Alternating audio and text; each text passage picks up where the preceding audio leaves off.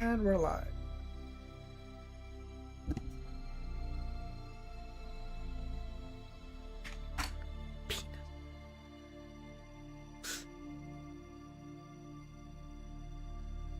Issues with it.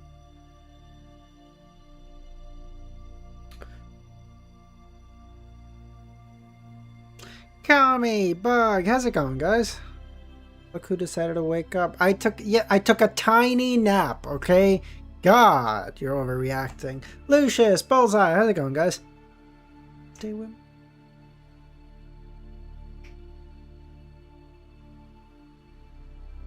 How's it going, everyone? We're getting really close to Christmas. Merry Christmas. How's everyone? If you don't celebrate Christmas, then happy holidays. How's everyone doing?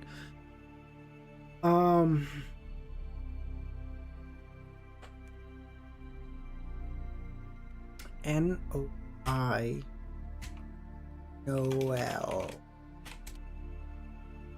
Bitch.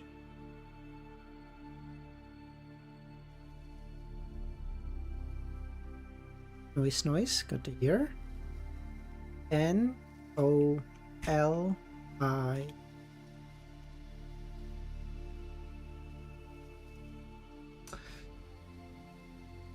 Sid, we are so back, baby.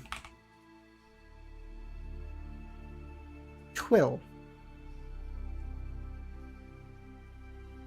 So then if I is there, then it needs to be like a vowel, a consonant, a vowel, a lit. Merry Christmas, Aaron. Merry Christmas. A-L-I-T, a light.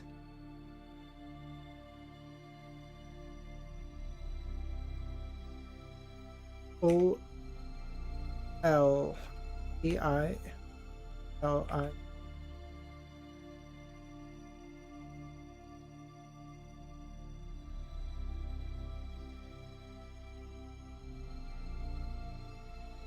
Black Clover. Oh shit, Black Clover's coming back? I have not watched Black Clover in so long. I really should. Elite! No, there's a fucking... Oh, there's no E, but good fucking guess, dude. There's no E. Oh, I knew there was no E. I was a little rushy to get into it. But this gives good information. L-I-T.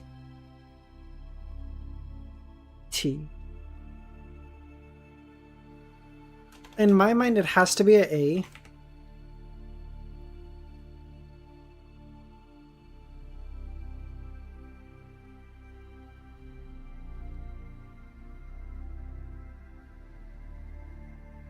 Oh, Bug the Go! Yo, coming in clutch. Thank you.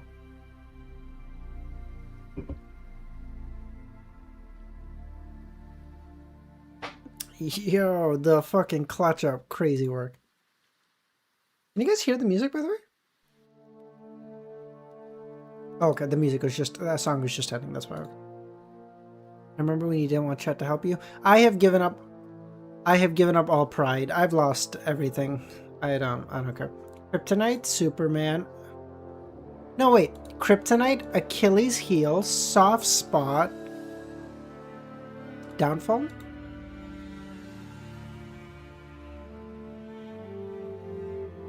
We will do chess, Aaron. We will do chess.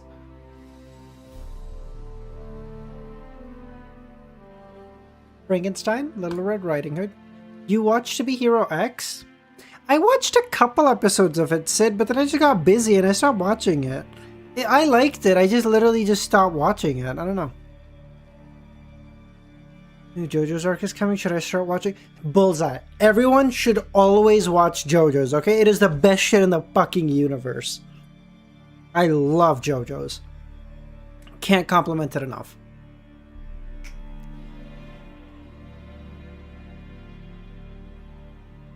No ESOL clears and cast.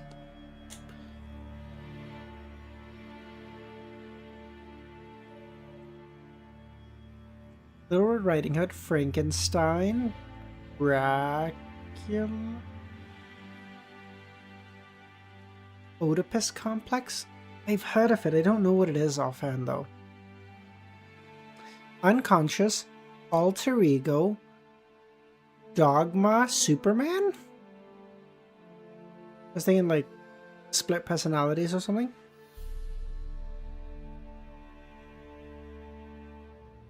I have the Oedipus complex. I don't know what that means. Oedipus complex, the attachment of the child to the Jesus Christ, wow, okay. You guys are dickheads, both of you. Fuck you.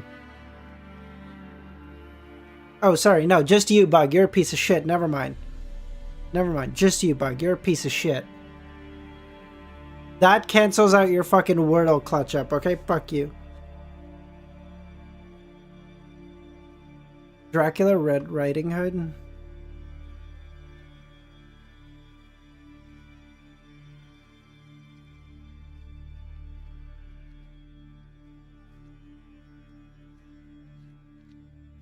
No.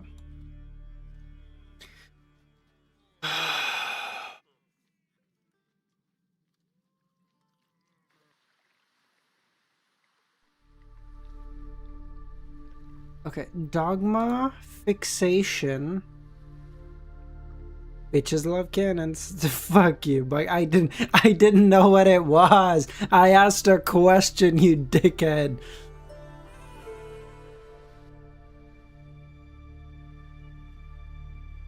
What is Linkletter to?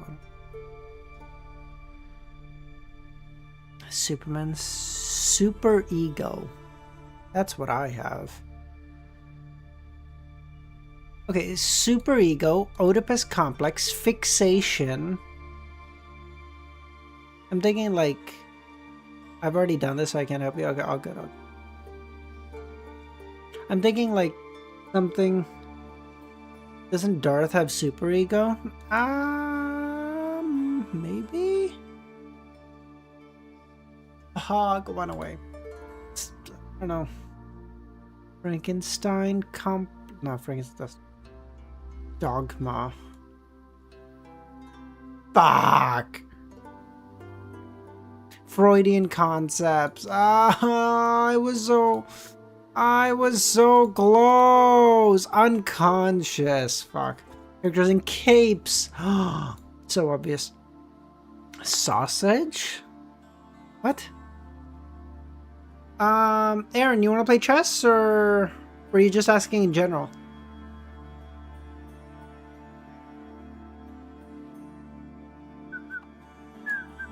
Go chess? Alright, let's go. Bring it, bitch. He's gonna whoop my ass, mind you, but all the same, we do it with ego. Boys and girls, do not let go of your pride.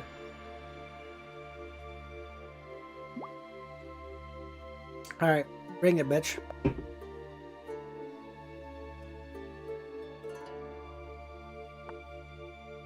Channel your super ego, yeah.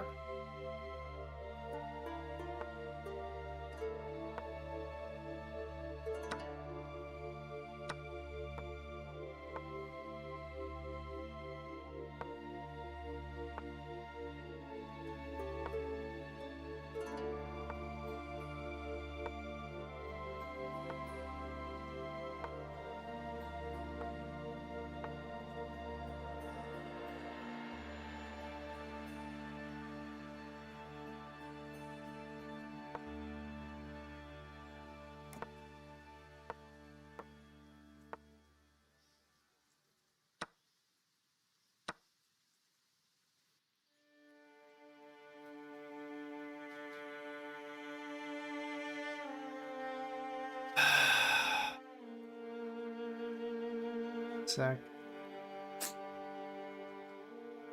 God.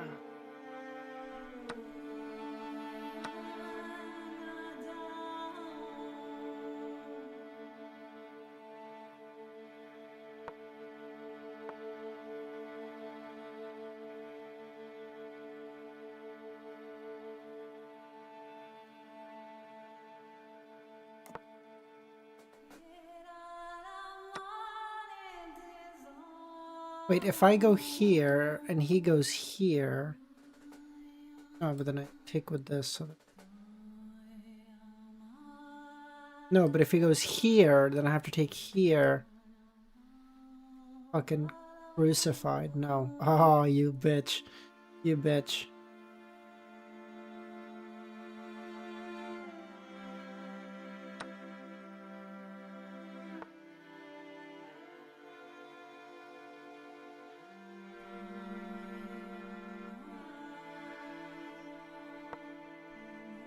I am aware Aaron can see my moves. What a piece of shit, I know.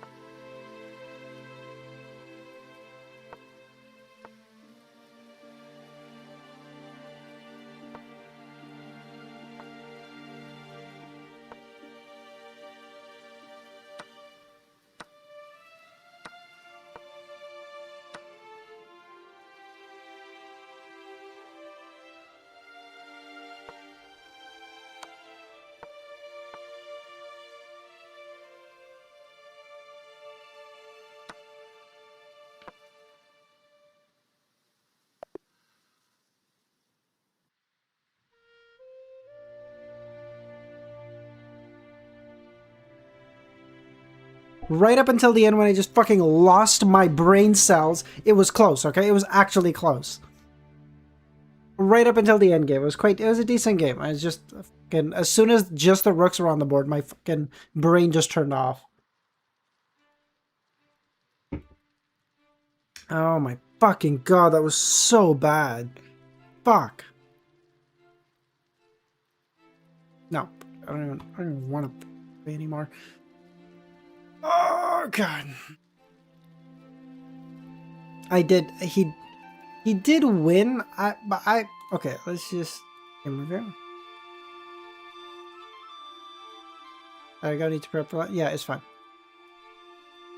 1400. I'm fucking smurfing my ass. Yeah, you see what I mean? Good, decent.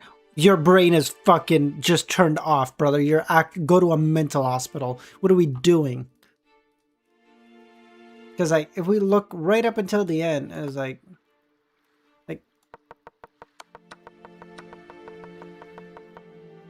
Right up until the queens got trained. Like, look at this. I'm actually winning this. Like, I'm actually hugely winning.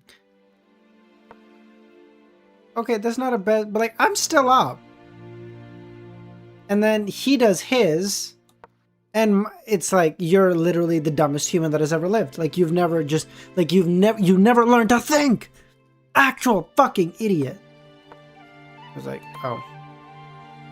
And I was like, this is the worst move a human could have come up with. Just, ugh, kill me.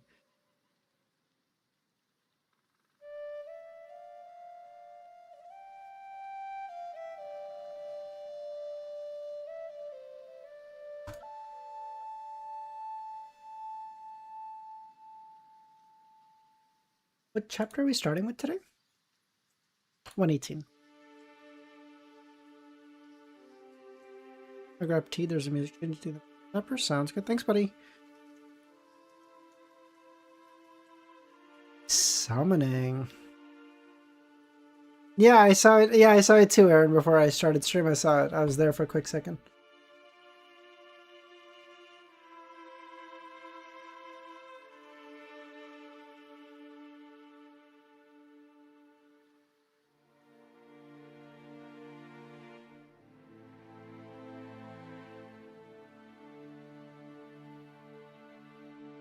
Lumion nodded, saying, "You mentioned that your spiritual perception is quite advanced." Asta barely fell into a trance before a lingering fear spread onto his face. He took a moment to compose himself. "That seems to be a trait of the secret suppliant. I can sense hidden creatures lurking in the darkness. I can also feel the real world is trapped in a thick veil. Beyond that veil, emotionless eyes watch us." As Asta finished, Lumion patiently waited for the impostor warlock to catch his breath. After nearly a minute, Asta continued, "In the market district, Quartier de l'Observatoire, it's fine, but in the underground tier, I can often sense the end of certain paths, in places I cannot see. Some creatures beckon me to come closer. I wonder what would happen to me if I truly stepped into that darkness." A mystical censor, indeed. Lumion silently mocked his hunter's spirit vision while also feeling that a secret suppliant wasn't as useless as Asta had claimed. Asta continued, "Sometimes when I see tourists entering the catacombs with white candles, I get these delusions. I think it's a ritual that forms a magical bond with some hidden entity, protecting the tourists from being devoured by the darkness or spirited away by the dead." Lumion was taken aback, sighing.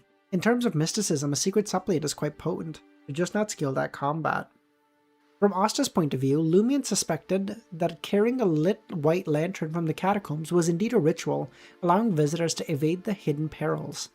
The tomb administrators likely knew, but in pursuit of profits kept silent about it. Money changes people. Lumion remembered his sister Aurora's frequent lament. "I wonder, at a lower level, which can bring about a person's change more effectively, potions, boons, or money," Lumion thought. He then asked Asta, "Have you sensed any hidden danger in the market district darkness?" "I dare not approach the burned-out house in La Marche de la Quartier des Gentlemen," Asta said. At the edge of La Marche de Quartier des Gentlemen, near Rue de la Blue Blanche, stood a scorched, uninhabited home. The district's Member of Parliament had long demanded its demolition and conversion into a commercial building, but for some reason their proposal never reached the City Hall, even after a decade. "I didn't feel anything that passed by this morning," Lumion thought. "I'll visit you again. Hope you don't disappoint," Lumion said to Asta. Asta relaxed. "Rest assured, I will provide you with an answer." After leaving Asta's room, Lumion quickly quickened his pace. In a blink, he crouched in the shadows of the stairs leading to the rooftops, silently eyeing the tightly shut door. After nearly a half hour, and confirming nothing was amiss, he slowly descended the stairs. It was then that he heard his stomach growl, gazing at the makeshift barricades of rocks, logs, mud slabs, and assorted items with a narrow opening. Lumion spotted a nearby bakery and spent 3 licks to buy half a kilogram of croissant. He then sampled Trier's distinctive fruit juice soda. The effervescent liquid swirled as the currant syrup dispersed like clouds within. The concoction set him back 13 kopay. If he returned the soda bottle, he could reclaim 3 kopay. Rue Anarchy, Auberge de Côte d'Or. Before Lumion could enter the basement bar, the noise and chaos reached his ears. Just past 9, nearly 20 people packed into an intimate space, either sitting by the bar or huddled around a few tables. Their attention reverted on the bartender. This is called the idiot instrument. It tests your intelligence, a male patron said. Care to give it a shot? A man in a dark jacket seemed intrigued and asked, how do I try it? Gotta go to draw? Are there fucking gacha card? Are there fucking... Is it...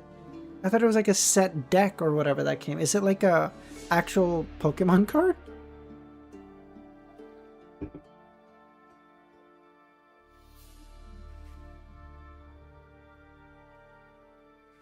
The bartender gestured at the exposed rubber tube. Blow here until bubbles form in the glass jar above. Your ability to produce bubbles and their size determines the final result. Without hesitation, the man picked up the hose and blew into it. Light green bubbles emerged from the glass jar atop. Everyone in the bar leapt to their feet, applauding, "Welcome, idiot!"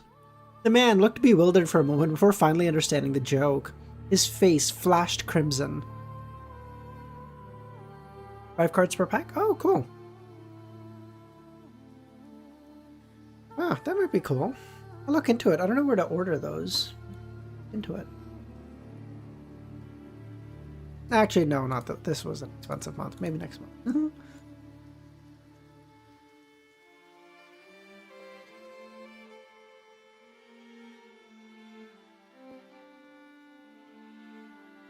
He shot a fierce glare at the bartender and the rowdy patrons before stifling his anger and muttering, "Interesting. This drink is really something. I'll bring about a few friends to try it," he said. Oh, is that what friends are for? Lumion thought. Give me the usual glass of fennel absinthe, Lumion said to the bartender. The bartender grinned and said, "This one's on me. Your machine's fantastic. Words of his mystical powers have spread and people come specifically to check it out. By the way, I'm Pavard Neeson, the owner of this bar and an amateur painter. What do I call you?" "CL," Lumion replied. He noticed the difference between Treerance and the villagers of Cordu. In Cordu, anyone who fell victim to such a prank would seek revenge, but Treerance enjoyed finding new victims, watching them get caught, easing their own embarrassment. "Thanks, Kami." He slid a slender glass of light green, hallucinogenic liquid towards Lumion. After taking a sip, Lumion savored the faint bitterness that stirred in his senses. He closed his eyes, soaking in the sensation before asking, "I have a few friends who arrived in Trier before me, but I don't have their information. Is there any way to go about them? Good to go about finding them? If you're wealthy," Pavard said, "advertise in the Journal de Trier. If you're not, hire a bounty hunter or some information broker. See if they take the job. If you're broke, go to your room and sleep. Maybe one day you'll bump into them on the street." Any recommendations? A reliable bounty hunter or information broker? Lumion thought. Lumion wasn't exactly short for cash for now, and might receive a donation from a generous benefactor any moment. But advertising in newspapers was beyond him. It cost at least 3,000 Vril d'Or. Moreover, he couldn't risk alarming Guillaume Benet or Madame Polly if they read the papers. Pavard nodded. "Anthony Reed lives in room 5 on the hotel's 3rd floor. Pay him a visit tomorrow. He's retired military, turned information broker. Highly trustworthy." Upon returning to his room, Lumion didn't waste any time. He drew the tattered curtains and performed a summoning dance. His goal was to see what strange creatures he could attract in Auberge de Codor and Rue Anarchy, preparing for potential attacks. According to Asta, aside from the burned-out building, there were no particularly dangerous areas in this district. Moreover, it's quite a distance from Rue Anarchy, making it unlikely to be affected by a Sequence 9 equivalent dancer. After all, the ruins of Cordu village, this translation is just going off a fucking cliff. Lumion believed that even if the strange creatures that appeared later were stronger than him, it would be nearly impossible for them to force themselves onto him. The bluish black symbol representing the great existence and the black thorn symbol from Inevitability would be enough to deter them from acting recklessly. Before long, he sensed eyes watching him, several translucent, blurry figures floating around the room. Some resembling humans, some residual obsessions lingering after death. Others were grotesque, appearing like bottles or stacked meatballs. Lumion didn't recognize any of them and couldn't determine their abilities. At that moment, a figure emerged from the tattered curtains. It was a woman with long turquoise hair interwoven with green leaves that enveloped its body and concealed vital areas.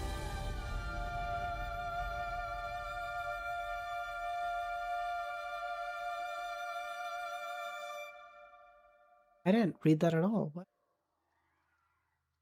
Oh, yes, I did. I'm fucking stupid. I did. Aha.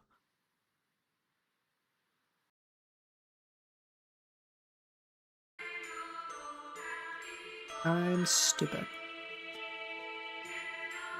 It was a woman with long turquoise hair interwoven with green leaves that enveloped its body and concealed vital areas. The rest of its fair, smooth skin was exposed, setting one's heart racing and imagination ablaze. With emerald green eyes, red lips, and an exquisite, alluring face, a single glance at Lumion stirred an inexplicable excitement within him.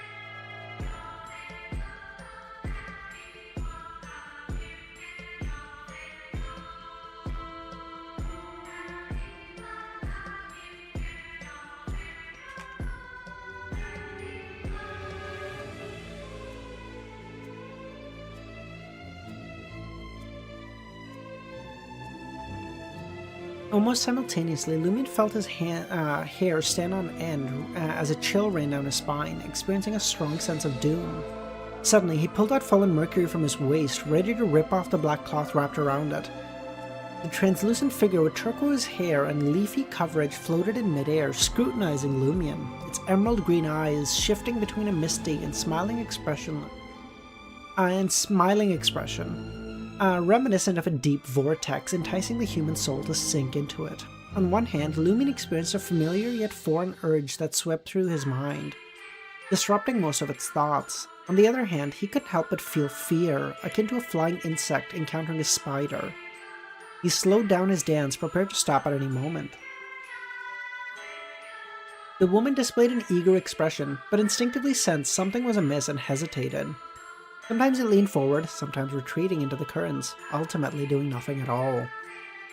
As Lumion finished his dance, he heard a faint... I can only imagine Lumion's like, shit in his pants, and he's like, still dancing. He's like, damn, Shawty, you're gonna get close? It was so close that it seemed like it was he heard a faint sound in his ears. It was so close that it sounded like it was right next door, causing the strange creature lingering in the rooms to vanish. The last one to leave was the female figure, both reluctant and perplexed. Lumion heaved a sigh of relief and closed his eyes, listening to the voices within. He couldn't make out a single word, yet yearned to hear each one. After a moment, he opened his eyes and gazed at the window obscured by the curtains, muttering, "What the fuck was that?" His intuition told him that the translucent female figure was far more powerful than any other summoned creatures. It wasn't something beyonders at his level could handle. If not for the corruption sealed within, and the bluish-black pattern on his chest deterring creatures from subconsciously approaching him, Lumion suspected something may have happened. This piqued his curiosity. How do other dancers survive? He only dared to perform the summoning dance after confirming the area wasn't dangerous, yet something nearly happened. How could other dancers avoid such risks? Is it because I obtained my boon through theft and lack some mystical knowledge? Or is it because other dancers only attract strange creatures similar to themselves? Additionally, the summoning dance comes from a hidden existence, so there shouldn't be any problems under normal circumstances. Lumion pondered for a moment. The more he thought, the more he felt he was the anomaly. He believed that the corruption in his body was on an extremely high level. Even sealed, it could occasionally attract strange and perilous entities. Thankfully, the corruption also provides protection, Lumion exhaled. Stowed away fallen mercury and the lit iron-black carbide lamp, he sat at the wooden table and flipped through Aurora's notebook. Reading the notebook front to back was excruciating. Lacking the corresponding knowledge, he would occasionally feel illiterate, but had no choice but to take out Aurora's earliest notebook and memorize the corresponding symbolism, and mystical meaning. However, Lumion couldn't sit and learn bit by bit from front to back.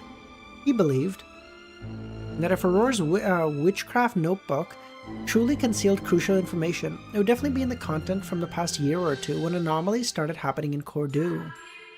After nearly 2 hours of struggling with the knowledge known as lightning, Lumion admitted defeat and decided to continue next night. He washed up and laid on his bed, recalling the creature he had nearly summoned. Before leaving Cordu, he inspected the wicked pewter black jerk and confirmed the fate it had exchanged from the flaming monster was pain from immolation. The darkness gradually deepened, but Rue Anarchy never experienced a moment of peace. Can't change song back? Oh, thank you.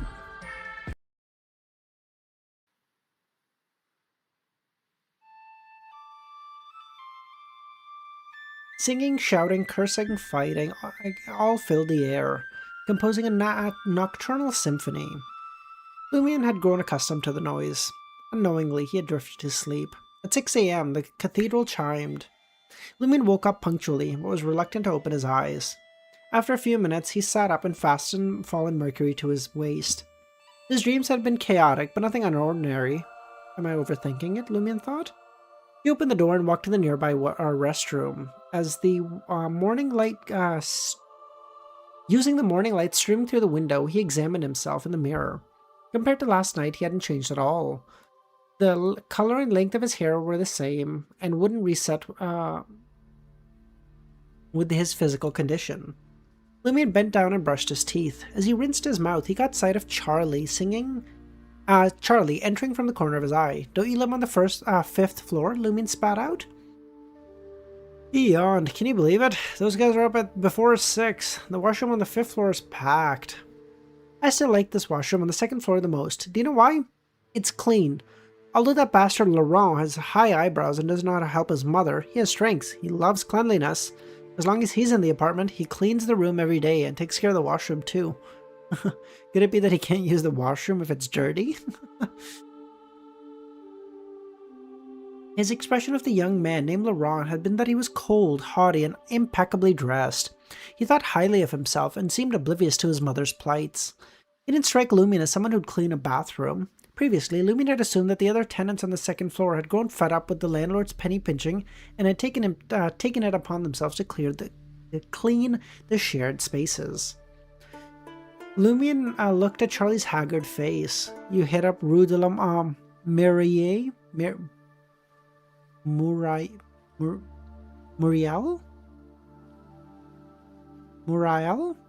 You hit up Rue de la Muriel last night?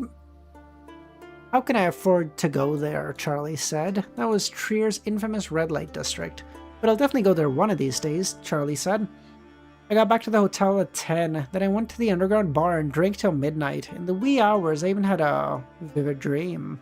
TL, our names sound the same, but they're spelled differently.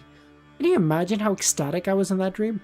When I woke up, how crushed, how empty, Lumion thought. Yes, Charlie said.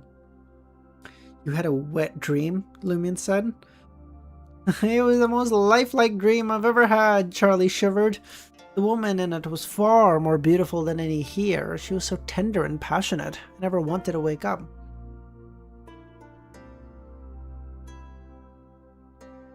Muraille is a long wall usually used to describe encasing a castle or other area.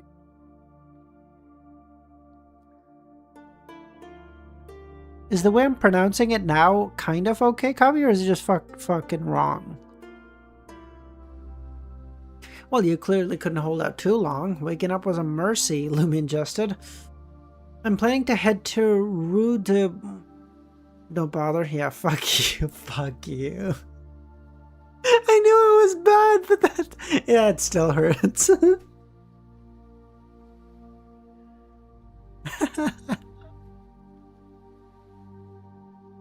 On Sundays, after I get paid when I'm off work, there are a few dance hall theirs with some affordable women.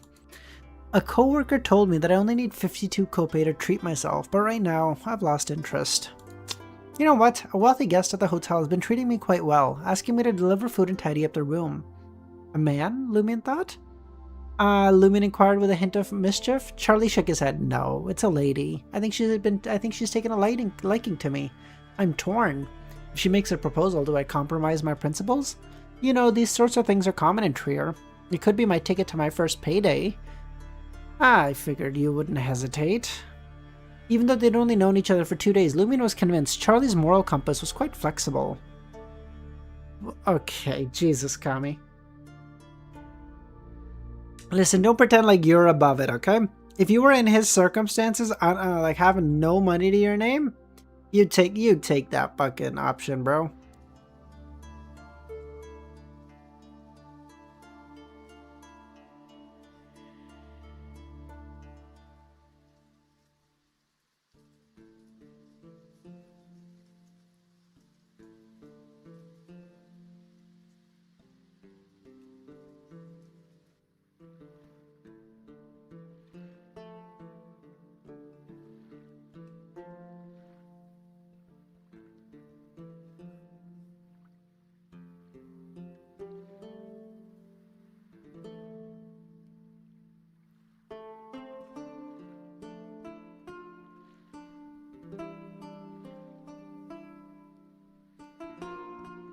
Charlie sighed. She's in her 50s. Oh, God. Bidding Charlie farewell, Lumion returned to his room to change into a jacket, pants, and other attire. He spent 6 kopei on scallion pancakes and 1 lick on a half a liter of apple whiskey sour. Shadows from the buildings on either sides cloaked him as he relished the flavors of onion and flour, observing the hawkers, women shopping for groceries, hustling workers and children, scavenging for trash. It was 9 a.m. when Lumion finally rose, dusted himself off, and returned to Auberge de Codor. He climbed to the 3rd floor and knocked on room 5. The information broker, Anthony Reed, resided here. After a series of knocks, a composed male voice sounded, "Please, come in." Lumion turned the handle and entered. The first thing that hit him was a faintly acrid, minty odor, likely meant to repel insects. He saw a man in his 40s seated by the bed, wearing military green shirt, matching pants, and laceless leather boots. He didn't possess the tidy, efficient air of a veteran, his light yellow hairline receding considerably. As Anthony turned to face Lumion, his dark brown eyes mirrored Lumion's figure. For some reason, Lumion felt a tinge of unease. Pronounced like... ride? I mean...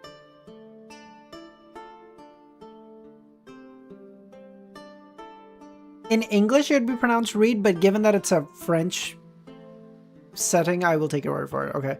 So, Anthony Ride.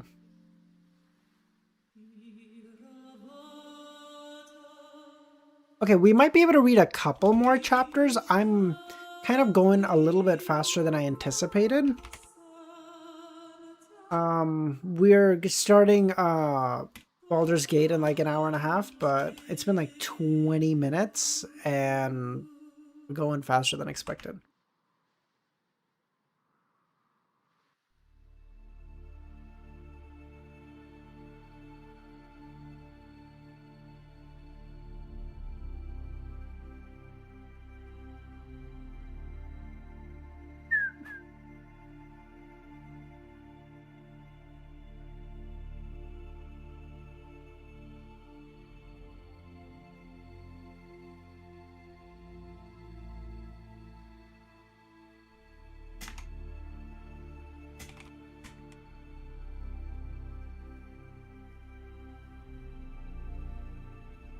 Anthony regarded Lumion coolly and inquired, "What's the problem?" "I heard from Pavard that you're a reliable information broker," Lumion said. With a plump face, Anthony Ride noddingly acknowledged and gestured towards his seat. "What information do you need? Or rather, what information would you like me to uncover?" Lumion felt a tinge of unease as he faced Anthony, who exuded an air of honesty and dependability. "I'm searching for 2 individuals," Lumion said. "Names, appearances, and distinguishing features," Anthony said. Lumion reflected for a moment before answering. "One is Guillaume Benet, formerly a padre of the EBS Church. The other is Polly de Roquefort. Over a month ago, she arrived in Trier with her husband, Boest. I don't... Fuck, I hate this name. Oh my god. Their butler, Louis Lund, and her Kathy maid, and her lady maid, Kathy. I don't have any pictures of them. All I can tell you is that Guillaume Benet has short black hair and blue eyes, possessing a solemn demeanor and strong ambitions. His most notable feature is his aquiline nose. Polly has long brown hair and bright eyes. Her eyebrows are lighter and thinner and exudes an elegant yet alluring aura. Anthony listened intently before rising from his chair, crossing the room to a wooden table, opening a drawer and retrieving a stack of white papers. In no time he sketched the 2 portraits. See if these resembled them, Anthony said. Lumion inspected the drawings and was struck by their vivid, lifelike quality. Dude, I should do this. You know, I don't know when in my life I would ever get the opportunity to do this. But it has always been like a dream of mine for like someone to like describe someone to me, and I go, oh, okay, no problem, and then I start drawing, and then I'm like, does this look like that? And then you pull this up. I don't know when I would ever be able to do this, but it has always been like a dream of mine that I could pull off this bit somewhere in my life. and just stare at the person deadpanningly and being like, well, yes or no. I don't know when I would ever be able to pull that off, but God, I hope I get the chance.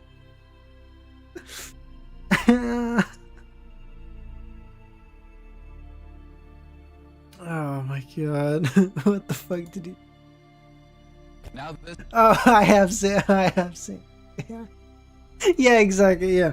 Yeah, but like doing it like in person instead of on TV, because it's so much better. Like, you know, you go, is this them? And they're like, what the fuck are you talking about? Oh my God. I would love that. Lumion inspected the drawings and was struck by their vivid quality. He looked up at Anthony in astonishment and said, uncanny, how could you produce their likeness so accurately based on a brief description? He had assumed Anthony would draft several sketches for them to review. Anthony smiled. I recreated the image from their official wanted posters. The authorities are searching for them as well. No wonder. Suddenly, it all made sense to Lumion. Oh, so this guy's a fucking scam. So he did his own bit too. His bit was better than my bit. I mean, not funny-wise, but like in terms of likeness. Both the Padre and Madame were devotees of evil gods who had been granted boons. Of course they attracted attention. With this realization, Lumion's disquiet grew. Then I must be wanted too. Lumion maintained his composure and queried, I'm not surprised. What is the value of their bounties? Guillaume Benet has a bounty of 20,000 Vril d'Or. Each piece of information is worth 500 Vril d'Or, the same for Polly. If you uncover any useful information, you can cash in on the bounty twice, Lumion smirked. It was implying that Anthony could claim one from the authorities and one from him. I'll take your assignment. 500 Vril d'Or and 100 up front. These are my terms. If you can't accept them, find another broker. No problem, Lumion said. Just as he was about to hand over the money, a gunshot erupted outside. Anthony's entire body shuddered as if confronted with his mortal nemesis. He instinctively ducked. Lumion was taken aback. Wasn't this reaction a bit extreme? Gunshots, brawls, and large-scale skirmishes were commonplace here. Those who lived in this area should have adapted to it by now. Yeah, but Anthony, as a former military, probably has like PTSD or whatever. I apologize, Anthony said to Lumion. A few years ago during the war, I suffered from PTSD from the battlefield and had no choice but to retire and return to treatment. Then why choose to live in rural anarchy where gunfire is a common occurrence? Lumion didn't press him, though. He had no interest. He withdrew a 50 Vril note and 50 Vril d'Or note and gently traced his fingers over the image of Lanavik? The bustling commercial streets and the silhouettes of the passing merchants. Anthony legit got 1,000 yards on his... Feeling the remaining textures, Lumion handed the grayish-blue banknote over. 2 Louis d'Or, 2 5 Vril coins engraved with a sunbird to Anthony. His wallet felt a third lighter. As he examined Lamarche de Courtier de Gentleman behind the banknotes, Anthony bent his fingers and licked the surface to verify its authenticity. Satisfied, he pocketed the money. You want to check in with me periodically, or do you want to give me an address? If I come across any information, I can drop it off. I'm in room 207, Lumion said. Upon leaving his room, Lumion's expression grew increasingly solemn. I need to be cautious in the coming days to prevent Anthony from betraying me. Perhaps find an opportunity to demonstrate my strength in front of him. As Lumen mulled over his thoughts, he made his way over to the stairs and heard someone exclaiming, laughing and sobbing, "I'm dying! I'm dying!" Lumen glanced at the direction of the voice and spotted a man squatting by room 310, wearing a filthy linen shirt and yellow pants, and unkempt black hair. "I'm dying," he kept muttering, his hands held in both his hands, staring at the ground. Why? Why do you want me to die? Why do you want me to think you're about to die? Do you have a terminal illness? Lumion asked. Without raising his hand, the man continued, I'm dying. Lumion smirked and strode past him. The layout into room 10, its wooden door flung open. The room's layout mirrored his own 207. Lumion's gaze swept over the kerosene lamp, a multitude of books, fountain pens, and suitcases. The man stood up and said, "This is my territory." "I know," Lumion said, "but you're about to die and don't have any kids or relatives. Why not use your inheritance to help us poor folk?"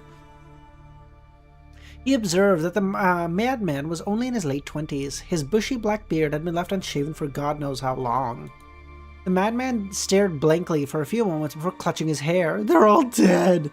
They're all dead. I saw a ghost. They're all dead. I'm gonna die too." Ghost? Lumen finally heard something distinct from the madman. "Chris, no worries, buddy. All good. How you doing?"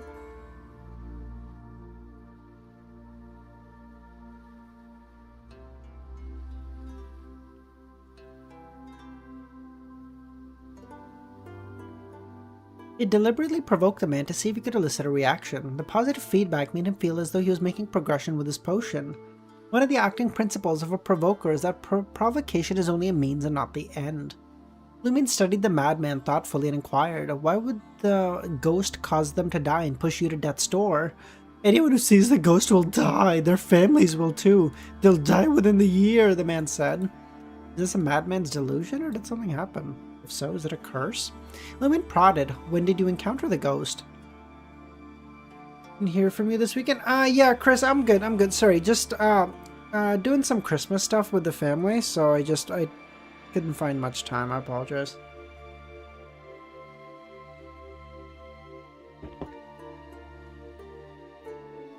And plus, to be honest, my throat wasn't feeling great either. Like I'm feeling better now, but like I still have like a lot of phlegm. Good beyond that. So I wanted to take some time to rest, as well, as opposed to like I push it during the weekend and then I'm like completely fucking wrecked. So.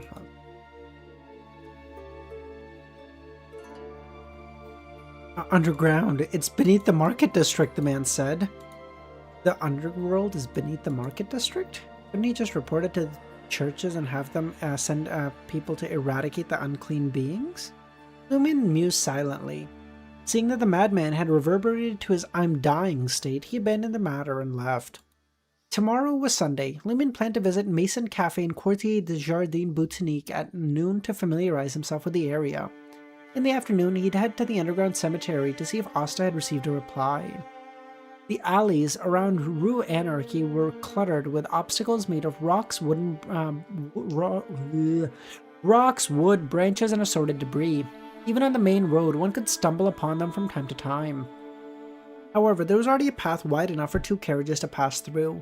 These were called street barricades, and they could be found in many districts. Lumen stepped over a low point at the edge of what in the fuck is happening with this fucking translation? What the fuck? Lumen stepped over a low point at the edge of the alley and a barricade and entered the street. He then made his way towards the public carriage sign, intending to take transportation to Quartier des Jardins Botanique. As he walked, Lumion spotted numerous vagrants lying in corners, basking in the sun and picking at their lice. They were all filthy and devoid of energy, bringing back his own memories of the days when he was a vagrant. Unlike Lone Kingdom, which prohibited vagrants from sleeping on the streets and parks, Intes had no such rules. However, they were forbidden from entering fee-paying establishments or venues, often mocking Lone for its lack of culture. Lost in thought, Lumen's eyes narrowed. Someone was tailing him.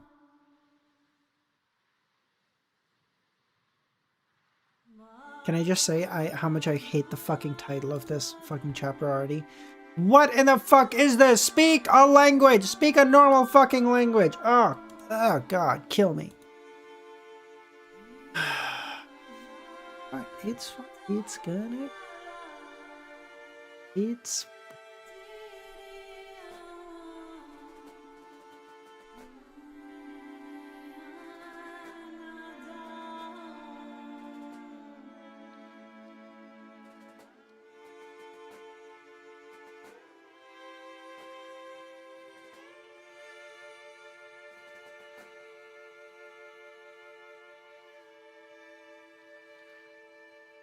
Room of Ball Dance Breeze. Room of Ball Breeze. Dance is implied, right? So maybe it's not of... Maybe it's just like a fan for your balls. There's a room in which they're set up. Hear me out, you know?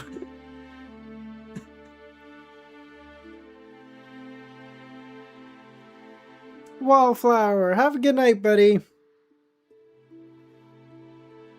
Ball is in the event. Nah, I know, but it's still funny. Lumion didn't swivel or hesitate, striding confidently towards the public carriage sign. He scanned the area nonchalantly, his eyes settling on the glass window of a nearby cafe. Him in a dark jacket was reflected there, and not far from him, another figure in a canvas jacket and a cap. Lumion averted his eyes, abruptly quickening his pace as if trying to catch the departing carriage. As expected, he felt the man break into a jog. As the carriage glided away, turning into the street, Lumion knew he couldn't catch up and stopped. Using the shop windows lining the streets, Lumion caught eye of the man stumbling to a stop. Seizing the moment, he spun around and surveyed the dance hall opposite. As Lumion passed the public horse stop sign, he almost gave an imperceptible nod. Continuing on, he ducked into the shadowy alley blocked by a barricade. The man pursued him, vaulting over the barricade with ease, but Lumion had disappeared. Just as the man prepared to give chase, Lumion sprang from his hiding spot like a predator, pouncing on its prey and seized the man's shoulder and yanked him back. Lumion's knee connected with the man's waist, contorting his face in pain and buckling his knees. He collapsed to the ground. "Who got you to follow me?" he asked. "No, I'm just taking a shortcut," the man said. Lumion chuckled, grabbed his head and slammed it into the ground. The man howled in pain. "Who sent you to follow me?" I'm not following you. I don't know you." Alright. Lumion released his grip. In that instant, he struck the stalker behind the ear. The man crumpled, unconscious. Lumion hoisted him up and thoughtfully lowered his hat to cover his tightly shut eyes. He then, as if aiding a drunken friend, strode out of the alley and rounded the corner. He stood there. There stood an entrance to the underworld. Lumion had waited for the stalker in the alley, knowing he could slip underground if needed, and the setting was suitably quiet. When the man in the cap came to, his vision was swallowed by darkness. Only a faint light in the distance weakly revealed his surroundings. The sound pierced his ears, approaching and retreating layers of obstacles. As a native, he was no stranger to such a scene. He suspected he had been taken underground. Lumion sat in the shadows, eyeing the man. Oh, for fuck's sake. Okay, sorry. I started shitting on the title that I didn't even change it.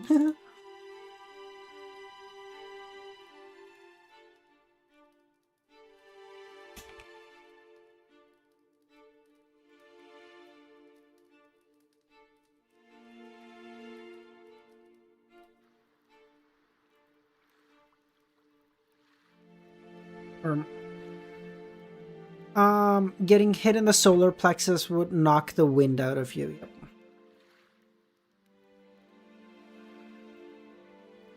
Oh, yeah, Aaron. Exactly, yep. Getting winded is the term for it, sure. Getting the wind knocked out of you is also one of them. But technically, yes, Kami is spot on. You'd be hit in the solar plexus for that to happen. It's like right underneath where your rib cage ends. It's like Very swift. Doesn't even need to be a particularly powerful punch. But if you're not flexed and it hits you, there you go.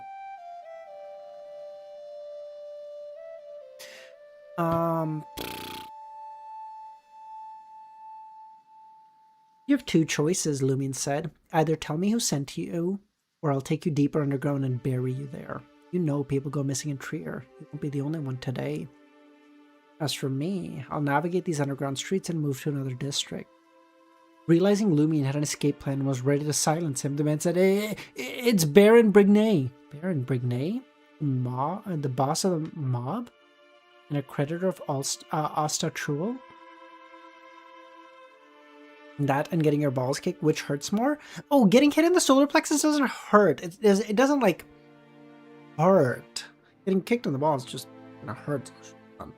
Getting the wind knocked out of you was like... It can be, like, slightly scary if it's the first time you're going through it, but, like, later on you know what you're doing and you're like, yeah, you don't enjoy it, but you're, like, you're like, and you're fine. So it doesn't... Like, getting hit in the balls hurts a lot more, for sure. Getting kicked in the liver hurts probably more still. Getting flummoxed. Well, Flower, I thought you were going to bed. What are you doing? What? Go to bed.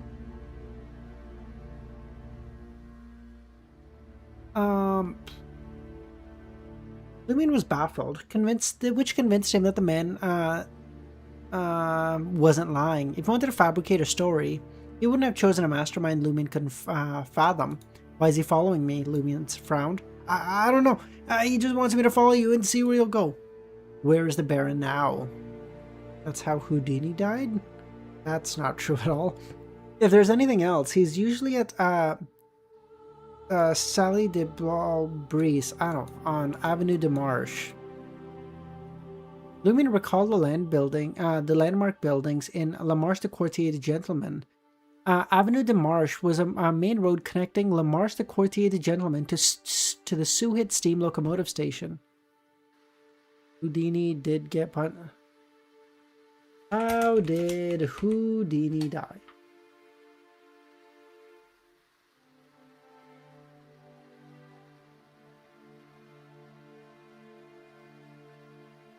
What's up? This is getting punched? Is this the medical term for getting punched? Is that how that works?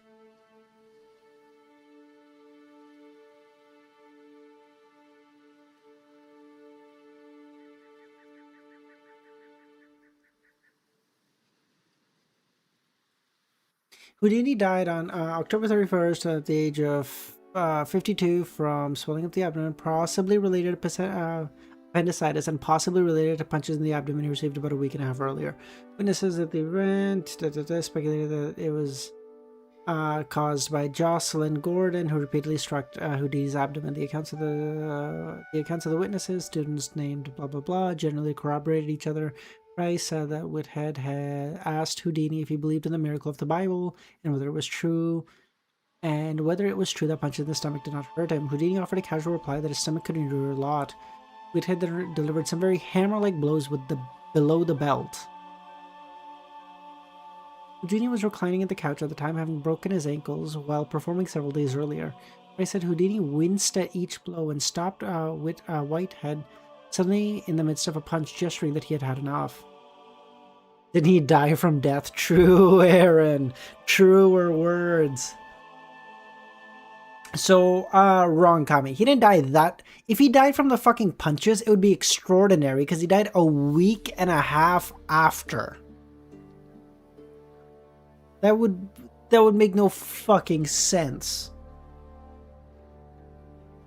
It would...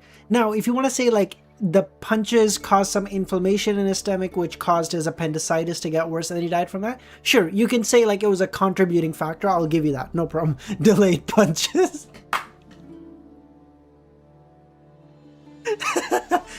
Omae wa mou shindeiru. Nice. But no, almost certainly he didn't die from the punches. He didn't die from the punches. If you want to say the punches were like an aggravating factor in his appendicitis, which caused him to die, no problem. He did not die from the punches. Don't say it. That's just false. Those who are dead are alive ones? Well, maybe. Not all. Depending on certain givings that you want to have or not have. If you... fuck it. I'm not... Fuck it. I'm right now. I'm not trying to... We're gonna get political real fast here if I start explaining. Fuck all that. No. Luvion! How's it going, man? Did you know oxygen is toxic? Yeah, cool.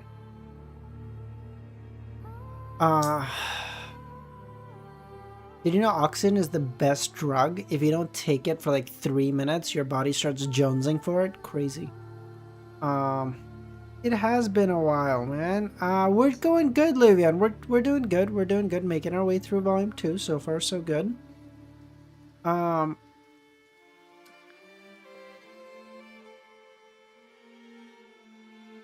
Lubiot smiled and told the stalker, "Take me there. I want to talk to the Baron." The man sighed in relief, feeling as if his life had been spared. Who would hold the upper hand or would be accidentally killed was no longer his concern. Sally de Balbrie occupied the bottom 2 floors of a khaki-colored building. The second floor housed a cafe, and the first was a bustling dance hall that had just opened and a few customers were present. A white spherical statue composed of countless skulls greeted the visitors. Inscribed in Intis were the words, "They sleep here, waiting for the arrival of happiness and hope." Lumin surveyed the area and trailed his guide around the statue. 2 burly men in white shirts and black coats stood there, resting their right hands on their waist, and questioned, "Maxime, who is he?" He's here to see the Baron," Maxime said. Under the guard's suspicious scrutiny, Lumin replied coolly, "It's up to the Baron if he wants to decide if he wants to see me or not you. Do you wish to bear his wrath?" After a moment, one of the guards turned and entered the hall. As they waited, Lumin asked Maxime, "What's up with the statue and inscription? They don't match the hall at all." Maxine grinned at Lumion and explained, This was originally a moved annex to the cathedral. Later, the bones were to the catacombs, leaving the area empty. Then this building was constructed. Although those bones were purified or just ashes, the Savoy mob found it too creepy after buying this place. They had no choice but to commission a statue symbolizing death and an inscription representing the dead to appease any lingering bones that may remain buried underground or unexcavated. Lumin found the idea of people dancing here amusing, considering that it could disturb the skeletons below, essentially dancing on their graves. Just then, the guard returned. "The Baron will meet you at the cafe on the 2nd floor. "Alright," Lumion said, strutting into the hall. First, he noticed the dance floor encircled by railings and the half-height wooden stage up ahead for singers. Then, his attention was drawn to the haphazard seating on the various perfumes and cosmetics wafting through the air. Maxime hesitated before following Lumion. He felt compelled to report the situation to the Baron, lest he end up missing. Upon reaching the 2nd floor, Lumion recognized the gentleman he had encountered the night before. In his 30s, the man sported a black, thin tweed formal coat, his brown hair appearing naturally curly. With a confident smile, "What would you like to drink?" He was surprisingly polite and generous. Eyeing the 4 thugs behind with their hands on their waist, Lumion addressed the Baron. Why send someone to follow me?" Baron smiled and admitted candidly, "I saw your Rue de Blanc. Oh my god, I fucking hate this language. Rue de Blanche last night, and again near Rue Anarchy today. The more I observed, the more familiar you seemed, so I had Maxime follow you around to confirm your intentions. You were searching for Asta last night too, weren't you?" "He tried to scam me out of money," Lumion said. "Why do I seem familiar to you?" The Baron took a puff. White blouse blanche? Yeah, no, I know what it means, Kami. It's literally just a fucking pronunciation thing. Ugh. Okay, hold on. Maybe if I hear, like, someone say it, it'll be...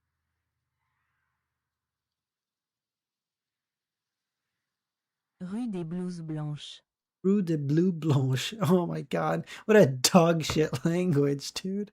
What? This is just an average sentence. There's not even like, this is not a fucking tongue twister. What the fuck are we doing here?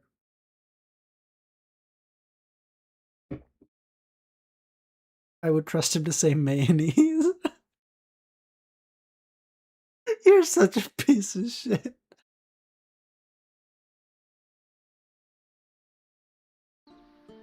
Okay, so this is what we're gonna do in the future. Okay, y'all ready for this? This is what's gonna happen in the future.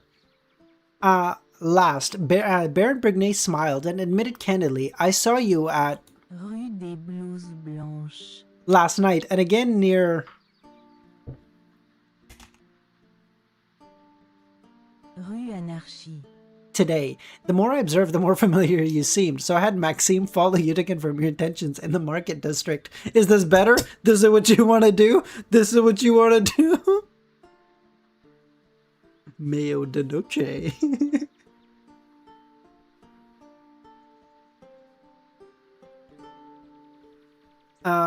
He tried to scam me out of money, Lumion smiled. "Why do I seem familiar to you? To experienced individuals like us, your actions hardly can be considered a disguise. Once we grow suspicious and connect the dots, we recognize you, Lumion Lee, a wanted criminal with a bounty of 3,000 Vril d'Or. My bounty is only 3,000. As the source of Cordu's time loop, how could his official bounty be lower than that of the Padre? However, merely providing information about you is worth 500, the Baron smiled. Young man, you need a book called Men's Aesthetics. Don't be embarrassed. It's quite normal for men to wear makeup in Trier. It'll help you conceal your identity. This gentleman had also applied eyeliner and powder. Lumin smirked. Do you plan to capture me for a bounty?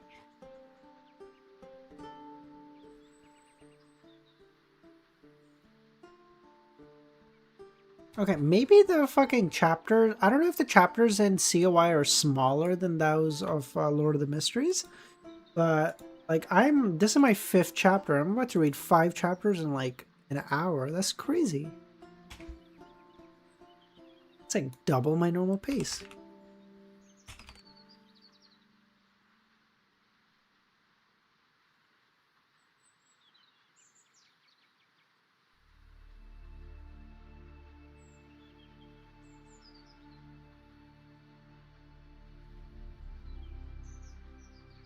Yeah, I might read a little bit more. I might do like another 2.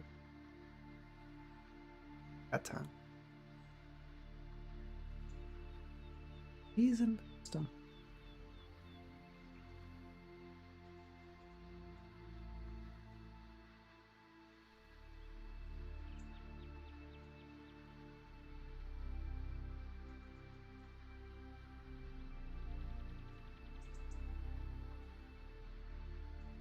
The Baron didn't immediately respond to Lumien's questions, setting down the mahogany-colored pipe as he took a sip of coffee. "I'm not an official. I have no obligation to help them capture wanted criminals," he said. "Turning over anyone who's wanted could cause my Savoy mob a great deal of valuable talent. More importantly, your bounty isn't exactly impressive, far from tempting me. However, if you cause any trouble in the market district, I won't hesitate to tie you up and hand you over to the police." The unspoken message of the Baron's message was clear. There are many criminals in the mob. As long as you behave, you will turn a blind eye. "You had someone tail me to confirm my intentions?" "I'm glad you understand," the Baron smiled. "You've seen my wanted poster, so you've seen the others," Lumion said. "My sole purpose is to find them." "Excellent!" The Baron recognized that Lumion had no intention of crossing the mob. He gestured to the chair at the opposite booth. "Care for a cup of coffee?" "No need," Lumion declined. "I just wish to locate those people as soon as possible." Praise the sun for allowing us to live in the light. With that said, Lumion strode to the stairs, unconcerned of the hidden guns of the thugs. Once his footsteps vanished, the Baron turned to Maxime and said, "Tell me exactly how you were discovered by him and coerced. Spare no detail." Baron leaned back in his chair and closed his eyes. Trembling, Maxime recounted his entire ordeal. "Baron, why didn't you teach that punk a lesson? Why let him walk away so easily?" one of the thugs asked. "Teach him a lesson? Do you know his sequence, his abilities, his weapons?" "I don't," the thug said. The Baron rose, gripping the pipe and smashing it against the thug's head. Blood flowed from the thug's forehead, but he didn't dare cry out or dodge. He stood there. Baron withdrew the pipe and regarded him coldly. "You dare challenge him without knowing a thing? Go ahead, take my place. See how long you survive." As he wiped his pipe with a folded white handkerchief from his chest pocket, he smiled. He noticed something off about Lumien's wanted poster. The difference between the bounties for capturing him provided information is too small. One is a mere 3,000 world d'or, and the other 500. What does that mean? It means the authorities don't want us handling Lumien directly. They want us to provide intel so they can act themselves. Clever! Because it's 500 for the priest and Madame Polly too. But their bounty is 7 times higher than his, and they're like, they really want to disincentivize us dealing with him. They're like, just tell him where he is, we'll give you money, just f off. Don't try to fucking approach this guy. Really clever. Okay, I didn't catch that. Very good. No, Aaron, we're kind of flying through them today, so we might read a couple more. We'll probably end up reading a couple more. I'd hate for my goat Kami to call me a fucking sissy again. Oh, fucker. I got good music playing, so we're kind of chilling. I got like my own music in this one. Two possible reasons come to mind. First, Lumien is incredibly dangerous. Allowing bounty hunters to pursue him would cause a lot of widespread casualties and losses. Second, he possesses something so valuable that the officials don't want it ending up in the hands of bounty hunters. If I just taught Lumien a lesson, the second scenario would have been fine, but if it's the first, what do you think are our survival chances? Moreover, based on how he dealt with Maxime and his audacity to approach me, I can tell he's ruthless, decisive, and utterly confident in his abilities. I'd wager that if I threatened him, he would have attacked without hesitation. He's the type who won't hesitate to kill. Oh, by go! By go! Oh, love that. Love that. Ah. This is both his strength and weakness. Unaware of my capabilities and the number of traps I laid here, he still dares confront me with the intention of killing me? Sooner or later, he will pay the price. Let's wait and see if I should offer assistance and protection. This ruthless country boy with a warrant on his head could prove to be very useful. Lumien glanced at the white spherical statue made of the skulls, headed towards the nearest public carriage. Is this a peak chapter? Aaron, can you tell me when is the peak chapter, just so I can know, like, if it's like, let's say 125, maybe I push it to try to reach it. If you're gonna tell me it's like 128, I'm probably not gonna reach it today, so like I'll stop a little bit in advance of it. Because like I don't want to stop at 127 if it's at 128, you know what I mean? If you don't remember it, it's all good, don't sweat it. He had expected that if the Baron threatened him with a wanted poster or showed any hostility, he would feign anger and reveal that he was wanted for stealing a powerful Beyonder weapon. He'd offer to hand it over in exchange for protection. And if the Baron was strong and confident, and allowed Lumien to approach with a weapon, Lumien would fake an assassination attempt, a ruse, to actually hand over the fallen Mercury. In that case, the unsuspected Baron would become the devil's puppet due to his gloveless hand. Having interacted with it and occasionally communicated with fallen Mercury, Lumien had a degree of control over it. As long as he didn't conflict with its instinct to find a knife wielder, it would follow Lumien's orders, even when in someone else's hand. Eventually, Baron would abandon his animosity and become an ally. After a few days, no one would suspect Lumien would mysteriously vanish into the depths of the underground Trier with a handful of subordinates who knew about the matter, never to be seen again. And if the Baron didn't allow Lumien to approach with a Mercury and instead sent one of the thugs, Lumien's strategy would first transform the thug into the wielder, then he would use cunning to hide the abnormality and give the fallen Mercury the corresponding instructions. In the future, if he made the puppet attack the Baron would inherit the fate of the wielder. After completing this task, Lumien would escape if possible or surrender and wait for the fate exchange to happen. Even if the puppet died of exhaustion, as long as the Mercury wasn't damaged, the fate exchange wouldn't stop. As for the torture he may endure after surrendering, Lumien didn't mind. As long as he wasn't dead, he would recover by 6 in the morning. Dude, the sheer aura to say like, you can torture me. What's the worst that happens? I gotta suffer through like 23 hours of torture? Oh, fuck it, we'll live. It'll be fun. My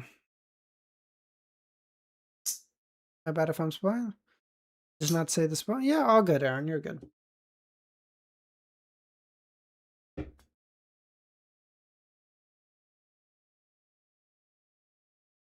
The Baron had mentioned that men wearing makeup and Trier was common, and he was likely an avid reader of men's aesthetic. Cologne could mask the stench of decay, and cosmetics could conceal rotting skin. Truth be told, Lumion struggled with whether to act in the cafe on the second floor. Ultimately, he decided against it because the Baron had shown a degree of kindness to him. Such kindness from a villain often meant they wanted to exploit him. Oh, no music? I'm sorry.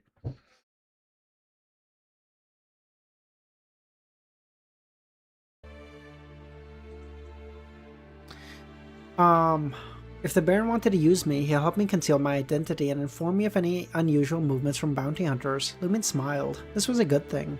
As for the risk of ending up in a dangerous situation, Lumion had a plan. By then, he should be well acquainted with the Baron. Familiarity made striking easier. Lumion had only one option when it was dangerous and unthinkable. Kill the Baron. Lumion exhaled and considered how to disguise himself.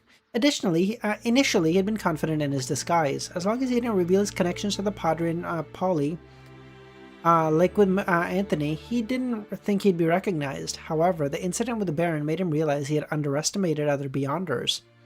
If there were hunters adept at tracking, there may be other sequences better at recognizing people. The Baron, or one of his subordinates, must possess such an ability. He confirmed that Asta had relocated. This was confirmed by the fact that Asta had relocated several times. With this realization, Lumion halted at the stop sign, boarded a double-decker carriage, and paid 30 kopei to secure a spot inside. He had chosen a seat on the roof, which it would only cost him 15 kopei if he had chosen a seat on the roof. The carriage gradually moved towards the Quartier de l'Observatoire. Lumion gazed out the window, taking in the sights of the hurried passerbys dressed in various attire. He observed ringing bicycles, rental carriages, and humanoid machines composed of gears, valves, pipes, and levers. Praise the sun! The sun beating down on a pedestrian, their arms stretched out. The nearby cathedral bell chimed. It was now noon. Okay, maybe we go to like 125. Maybe that's a good place to end up. Wait, actually, Lumion sent me... what? Actually, Luvion sent me chapter ranges. Let me just check that really quick. Lumion. Funny. Oh, no, fuck it. Oh. Okay. No, apparently 122 is the best place to end.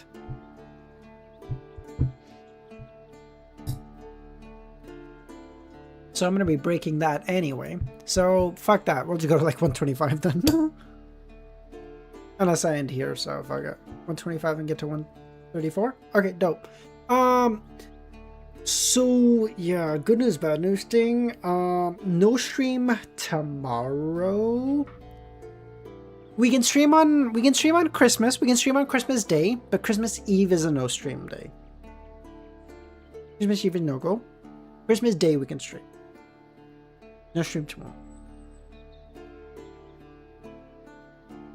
Yeah, whatever. Okay, no.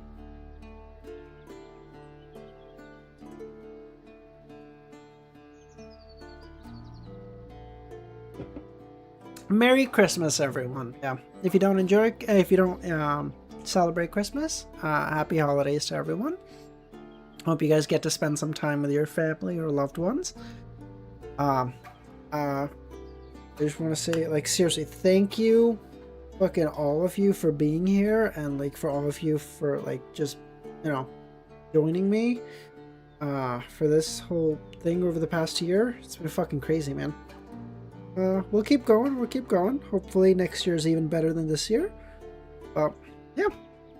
Good fucking shit, boys. Lumion initially planned to... Did I change the fucking title or not? I did not change the title.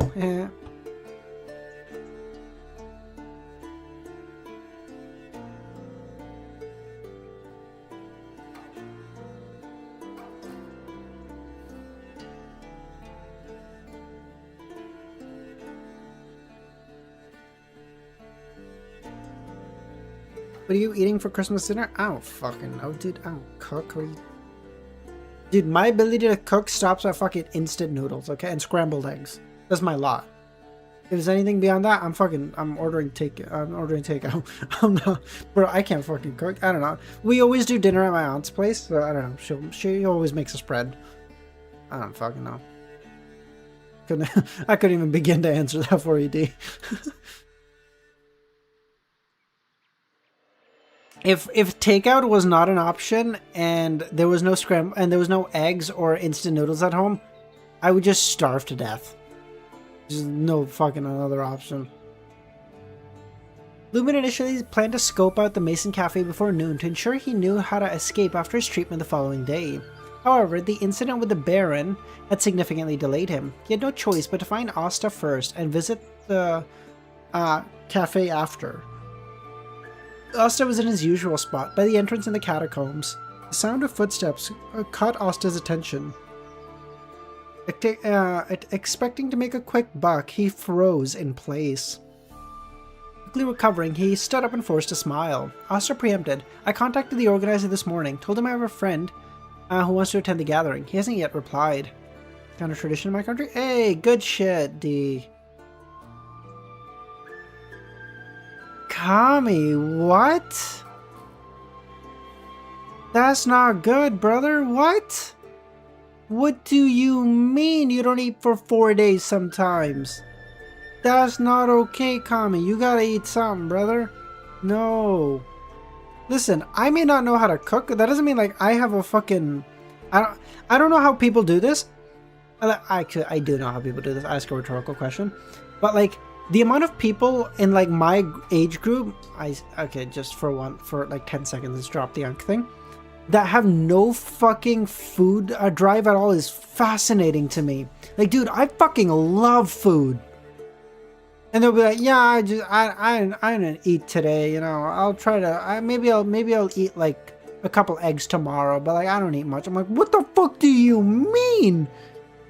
Bro, you give me a fucking packet of like potato chips, that's fucking gone. In thin air. I go to the gym so that I don't end up 800 pounds, okay? How people have like zero food drive is fascinating to me. I say that, but again, I know the answer. It's just like vaping and shit. Like nicotine, which just kills your food drive. But that's fucking crazy to me. I started having thoughts and prayers. 4 days with no food is big. You see what I mean, D? That's crazy. Sal, okay. Do you do this too?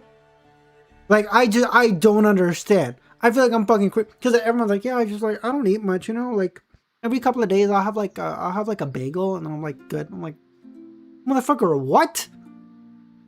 I had 3,000 calories today. I had 3,000 calories in the last 6 hours. The fuck you mean you live on a bagel for a couple of days? Excuse me? No. Fuck you. If you do that, take better care of yourself. Come on. Get it together.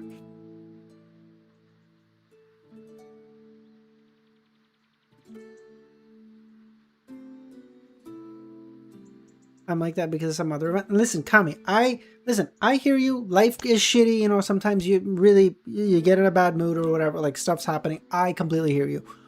Dude, don't neglect eating. It is like such a dog shit fucking cycle of like horse shit. Cause like you feel bad, you don't eat. You don't eat so you feel bad. You feel bad so you don't eat. And then it's just like a fucking never ending cycle of dog shit until like day 4 where you eat like the bare minimum, like, I feel okay now. And then you just do the same thing again. I know it sucks, dude. I really do. Just gotta break the cycle, okay? Like, it doesn't help. It just makes it worse. Just please get something to eat. I feel like I'm...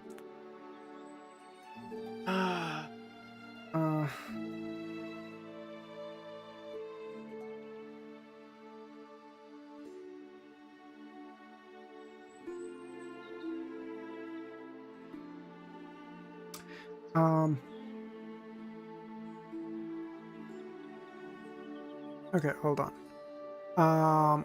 Lumion nodded, not questioning how Asta had reached out to the organizer. He walked over and sat down. You've duped a lot of people recently, but you're always in the same spot. Aren't you scared they'll track you down? Asta laughed. Most of the time it's not really a deception. As a true beyonder, using my spirituality to perform divination for them isn't a scam. My predictions are far more accurate than those of the Mysticism Club. Sometimes, Different folks need different strokes. If I'm ever exposed, I can always talk my way out. How, Lumion thought. The key is to not be clear or absolute from the start. That way you can accuse them from misunderstanding.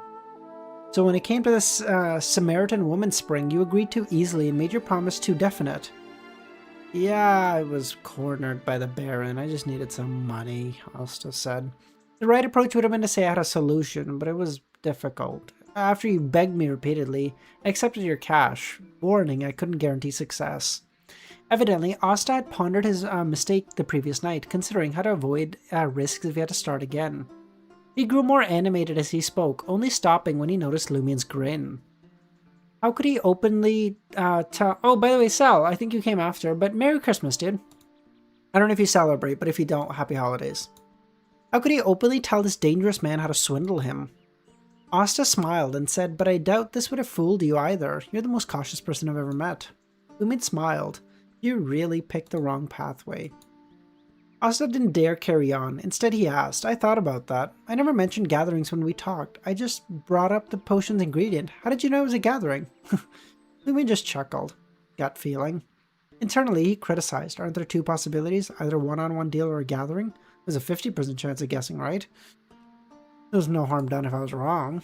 It was increasingly harder to guess this dangerous man's sequence. Asta stared at Lumion fearfully. He appeared skilled at combat, possessed strong spirituality, and had intuition bordering on precognition.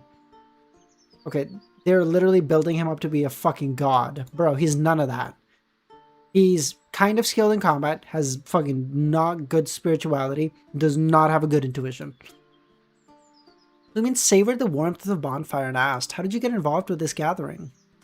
Everyone comes to Trier with hope, Asta said. Painters dream of having their works chosen by the exhibition, but most fail. Every year, some succumb to madness or suicide. Authors live in cheap apartments hoping to replicate the success of bestsellers like Aurore and Meniere, but they end up selling their stories to small newspapers, forced to bear scathing reviews like trite, mediocre, and cliché. Most have even stooped to writing smut. Over a decade ago, I came to Trier eager to make a fortune, lived in a leaky attic, climbed scaffolding, worked in factories, smuggled books, sold soda. Made some money, but each year I realized I'd never be rich. Eventually, I discovered mysticism magazines. Perhaps I still fantasized about gaining superpowers, so I started attending these gatherings with a fellow enthusiast. Earlier this year, a friend from the group asked me if I wanted to join a gathering with real Beyonder powers. I couldn't refuse. You know the rest.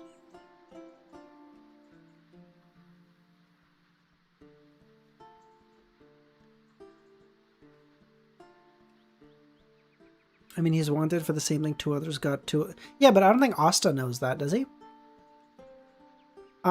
When Asta finished, Lumion asked, is that friend the gathering's organizer? No, Asta shook his head. The organizer goes by Mr. K, always wears a massive hood, practically covering his face.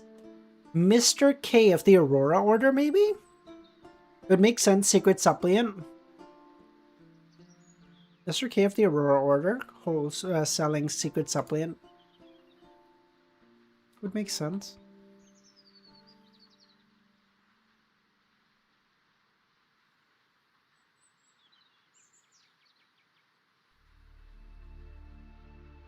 Mr. K, what abilities does he have? Lumion asked. I've never seen any, but after becoming a powerful secret suppliant when I was facing shadows and deep darkness meeting him, I think he's very powerful.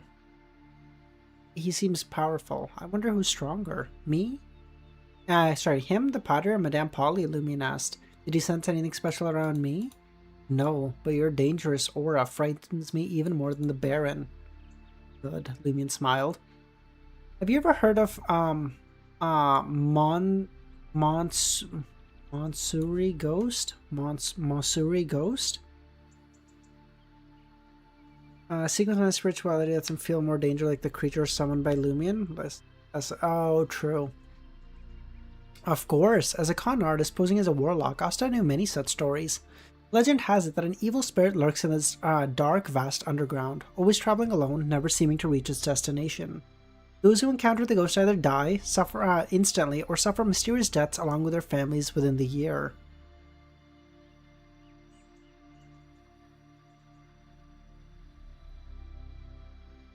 Masuri.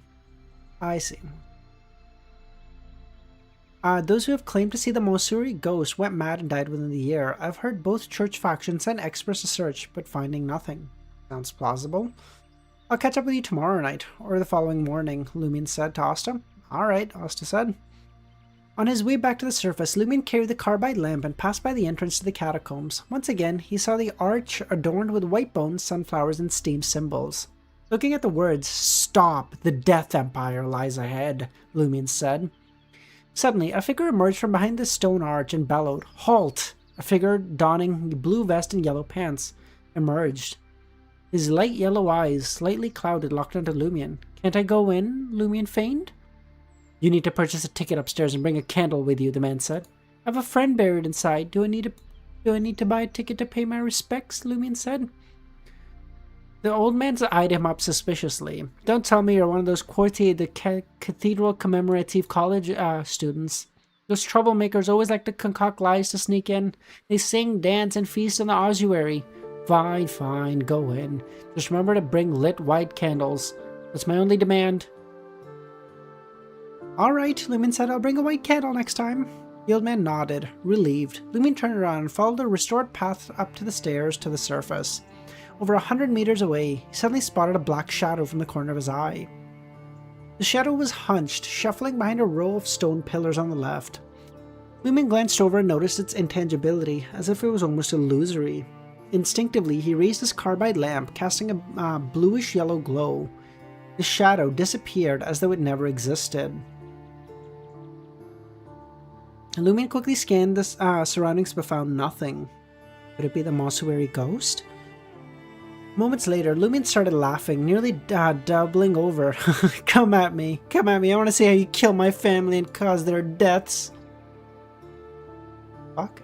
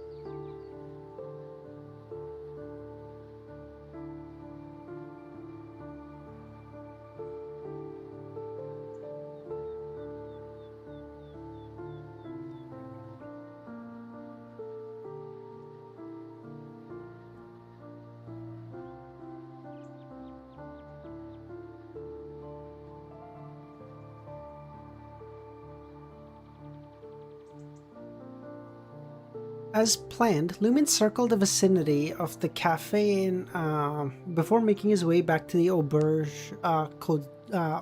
de Codor.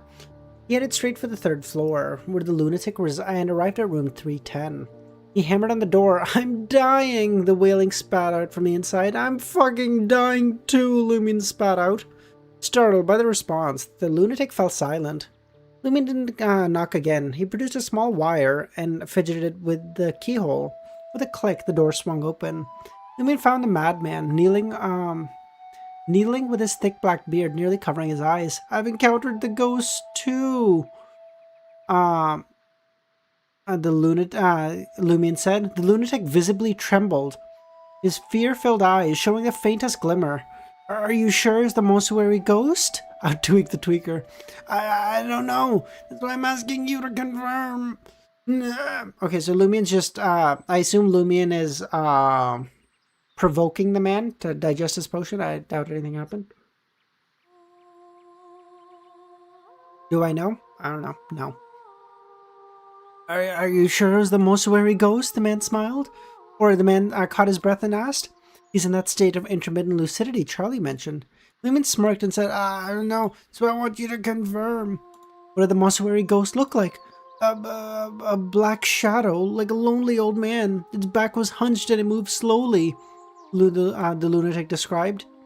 After I spotted it, it vanished into the distance. I didn't realize it was the Mossuary ghost until my parents, my wife, and my children started dying.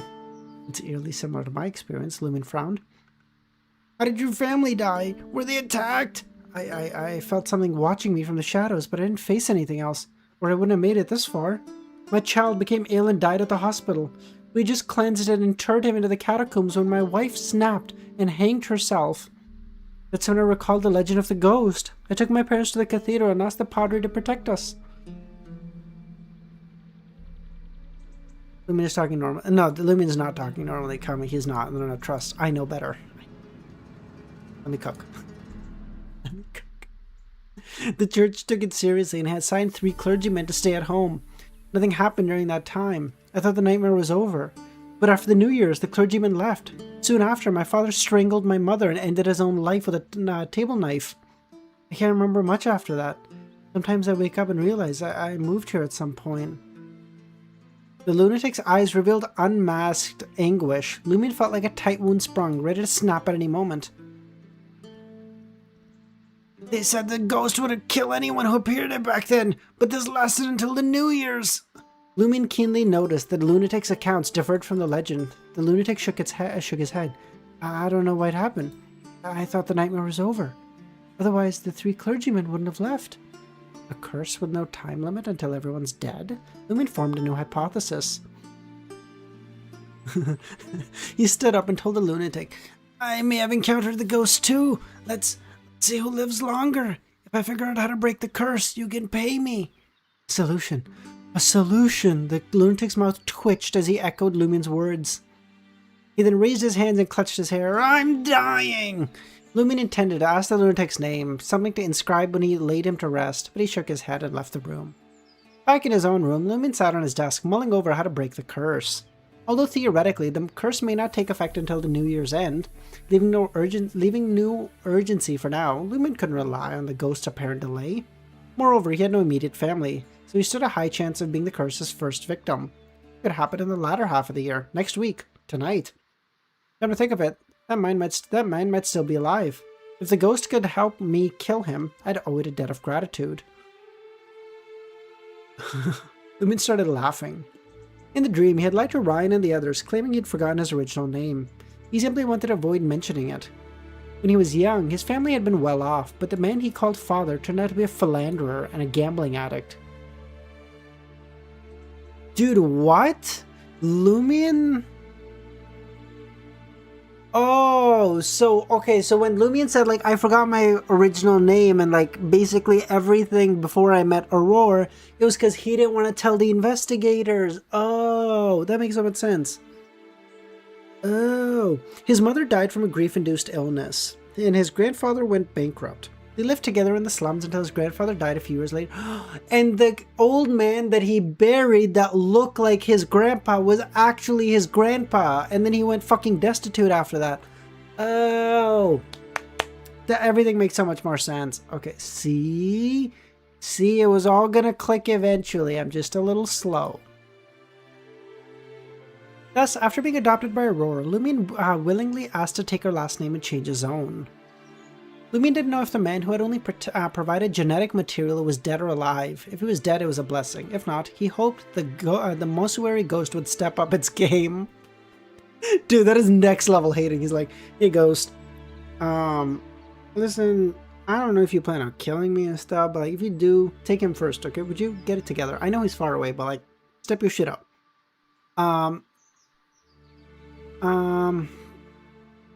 As long as it didn't possess him, the ghost could do anything. According to Madam Magician, Lumion was convinced that many Beyonders and monsters could easily kill him. They'd have to face the ensuing corruption as a consequence. I'm not certain if this is a curse or not, but I can't just sit here waiting for death. I must take action. Aurora used to say that the best skill for the weak or underage is finding their parents. With this in mind, Lumion walked to the table and found a pen and paper, planning to update Miss Magician on the mission's progress. Similarly, he would mention his encounter with the Mossuary ghost, questioning if he had been cursed and how to address it. Though the woman wasn't strictly speaking his parent, she was undoubtedly a superior. Lumin pondered before writing, "Esteemed Madam Magician, I have followed your instructions and gained Ostatool's trust. I have also requested his introduction to Mr. K's mysticism gathering. On my return from the catacombs, I regrettably encountered the legendary Mossuary ghost. Of course, I cannot be certain. The specified legend is as such. I seek to know if I have been cursed by the Mossuary ghost or if another influence is at play. How should I proceed? Dr. Z, how's it going?" Towards the end, Lumin intentionally added the codename Seven of Wands to remind the recipient not to overlook his status as an external member of their enigmatic organization. Lumin deduced from this lady's use of the tarot cards that magician codename and his was Seven of Wands.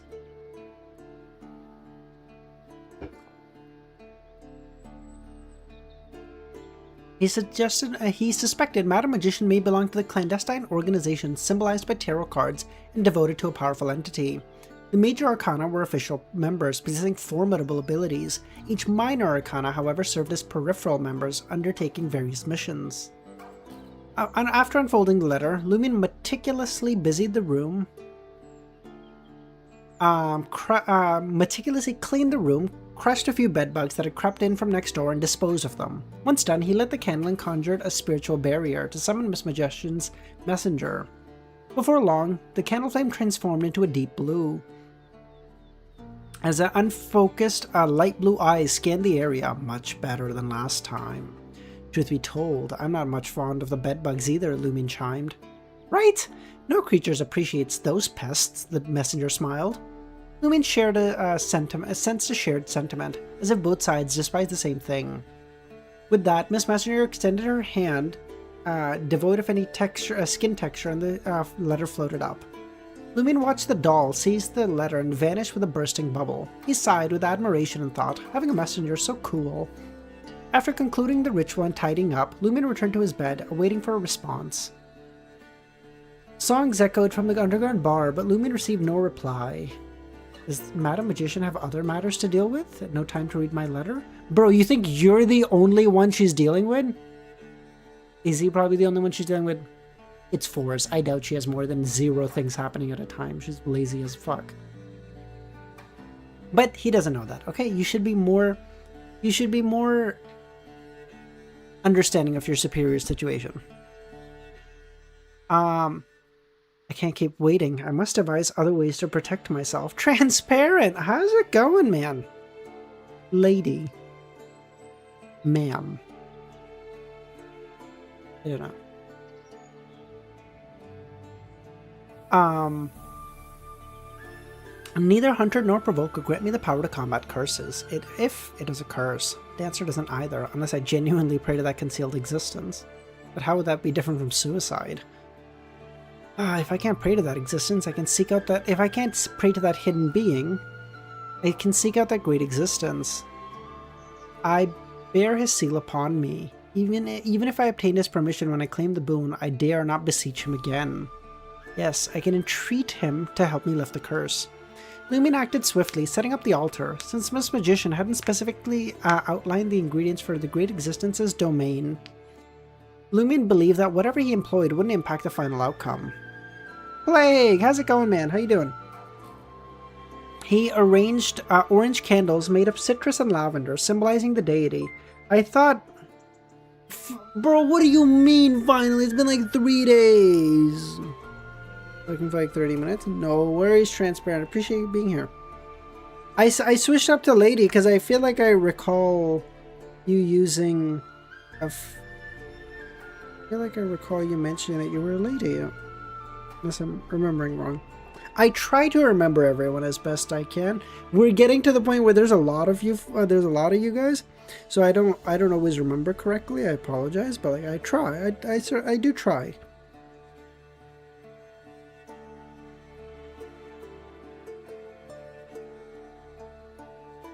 I remember everyone, Kami. Don't be a dickhead, okay? I remember that you are a French dickhead, okay? How's that? 2 things. How's that? Get fucked.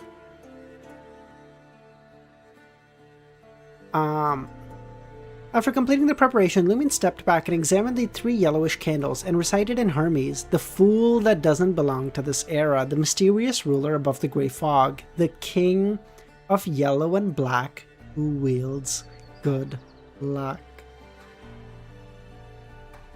Oh, it is so good to hear my boy's name again. The GOAT. Alright, we'll end on 125. We'll end on 125. It is so good to hear my boy's name. Dara can't repeat those 3 lines. Can't say it shocks me, you know? Can't say it shocks me.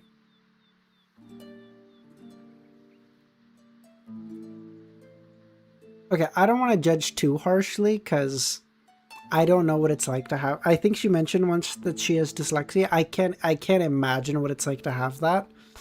So I don't want to judge too harshly. I will make fun of it occasionally when I don't feel like being super sympathetic, but like I can't imagine what it's like to have that. So I don't know. I don't know if it's true, but I feel like she said that once on stream. I don't know. She could be fucking lying. As Lumion intoned the 3 lines of the honorific name, a faint grey fog materialized around him, radiating around. I can't judge her.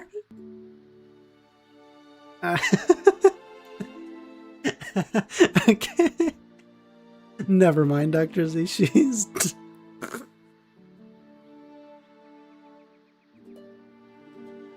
Okay. Yes, the latter. Wow, that is so mean.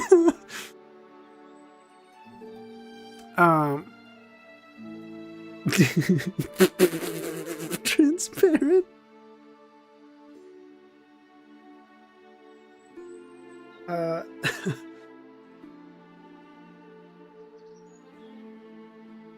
In that instant, Lumin's thoughts seemed to decelerate. He felt an itching beneath his skin, as if something was on the verge of burrowing out.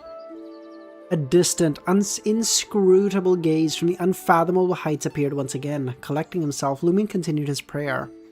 I implore you, I beseech you to lift this curse from me. In all honesty, Lumin had yearned to request the Great Existence's protection for a year, shielding him from all harm. But that was clearly unattainable. He had not yet mastered the necessary Hermes phrases to counter the threat of the Mossuary ghost. Thus, he could only allude to the curse plaguing him. As the ritual culminated, Lumion began to draw upon the power of the herbs of the altar. In the following moment, his vision blurred as if a seraphim with 12 wings of luminous... 12 pairs of luminous wings materialized before him. Descending from above, the seraphim extended its arms, enveloping Lumion in an embrace. This is so cool to see from this side. This is so cool. Because like normally we see it from like Klein's side where he would do like where he would make the paper cutout or whatever, flick it into existence and send it to the door, right? But seeing it just from this side where like you're in the middle of like your own shit and you're like, holy fuck, like I've been cursed, like I'm gonna fucking die. And you're like praying, you're like, I don't know if this is gonna work. And you're like, just please help me. And you close your eyes and there's a fucking angel with 12 pairs of wings. And he's like, and he just gives you an embrace and everything clears up. And you're like, God is real, baby. How could you not believe in that deity after? How could you not be like, bro? How could you not be like, whatever this God is, I believe. I don't even know if believe is the right word. I know it exists at that point.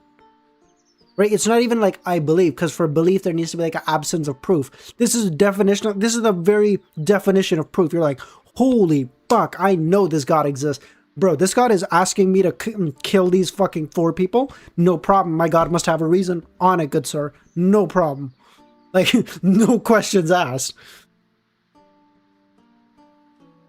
Lumin shook off his stupor and noticed the bluish candles had reverted to its original hue at some point.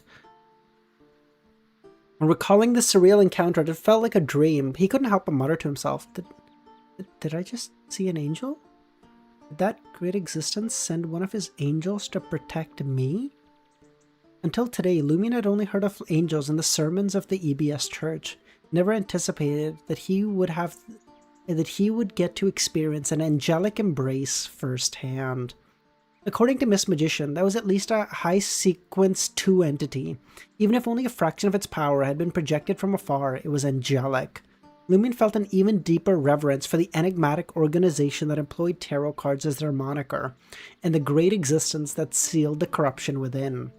He breathed a sigh of relief. If that ghost had inflicted a curse, it should no longer be any issue at all. How could a ghost that dared not confront the protection granted by the EBS clergymen and was confined to wandering beneath Trier compare to a mighty angel? I will say, up until now, if I read that and I hadn't read Lord of the Mysteries, I'd be like, yo, whoever this god is fucking goated. Oh my god. Of course, we know how goated Klein already is, mind you.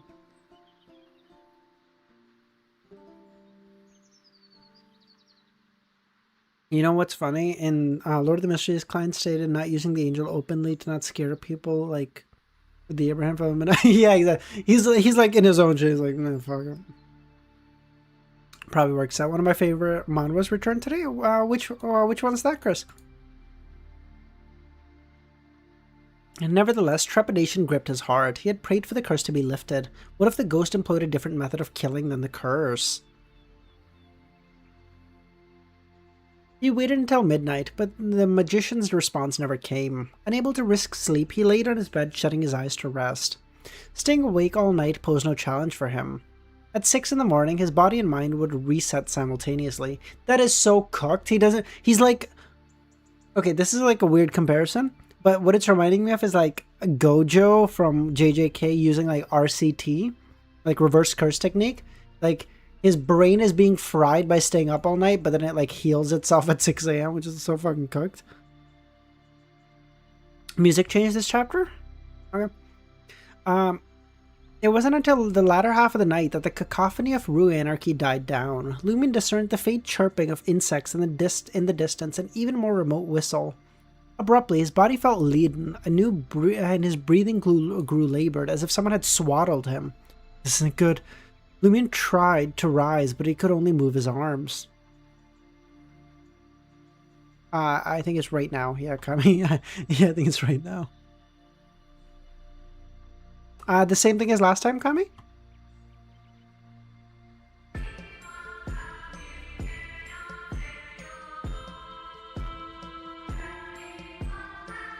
Yeah, no, you're good, Kami. You're good. Oh, wall's closing it.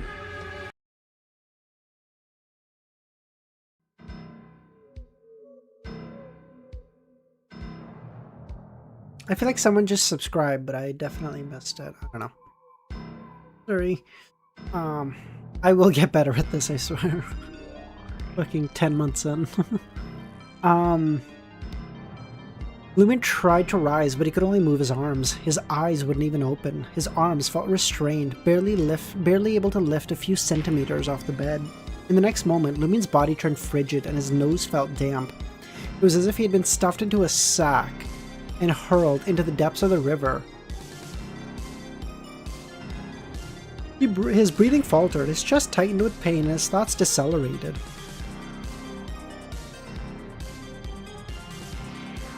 Lumion's desperate attempts at resistance flashed through his mind, entering cogitation, and activated the Blackthorn symbol on his chest. Loki, stop lurking. Thanks, Transparent. Appreciate you. Firstly, he would then he dismissed the idea. First, he would likely lose control. Secondly, the Mossberry ghost bore no connection to the covert entity known as Inevitability. It may not be deterred by the symbol. Unless left with no alternative and teetering on the brink of death, Lumion wouldn't gamble with his life. His lips and nose turned icy, as though an invisible hand was pressing down on him. Paired with the sensation of drowning, Lumion felt breathing was impossible. The replacement streamer for Dara? Okay. It feels weird for me to be called a replacement when I started, like, I don't know, fucking infinitely before that bitch. Replacement's a weird term. And, frankly, I would go with upgrade. No, I'm sorry. I'm sorry. I'm sorry. I'm sorry. No, thank you.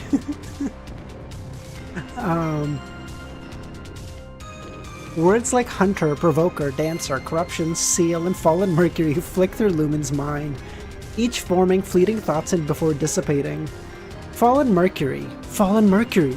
At last, Lumen had a revelation. He strained to shift his left glove palm to his side.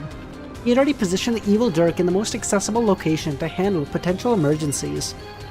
In the next second, Lumen gasped for air with his mouth agape, made contact with the hilt of Fallen Mercury and hoisted the black dirk. The Fallen Mercury was no longer shrouded in black cloth. The intricate patterns on its surface overlapped, inducing vertigo. With every ounce of his strength, Lumion hoisted his shoulder, bent his arm, and plunged Fallen Mercury above his head. There was nothing there, not even a scratch, let alone blood. Without hesitation, Lumion gritted his teeth and angled his arm towards his body. With a sickening pop, he drove Fallen Mercury into his left waist. His blood oozed out, straining the blade. The phantom mercury droplet, symbolizing the fate of immolation, penetrated Lumen's body. The pain shocked Lumen's oxygen-starved mind to consciousness. His vision blurred as the enigmatic river composed of the innumerable mercury symbols emerged, representing his own fate. Ignoring the need for precision, Lumen cast his gaze downstream of the river, towards a current on the verge of engulfing the other tributaries. He then infused his spirituality into Fallen Mercury, allowing it to agitate the complex mercury symbols birthed from the river's entanglement. In the next moment, Lumen saw himself laying on the bed, his face a purplish hue, teetering on the brink of death. The mercury symbols abruptly constricted, solidifying into a droplet that seeped into Fallen Mercury's blade.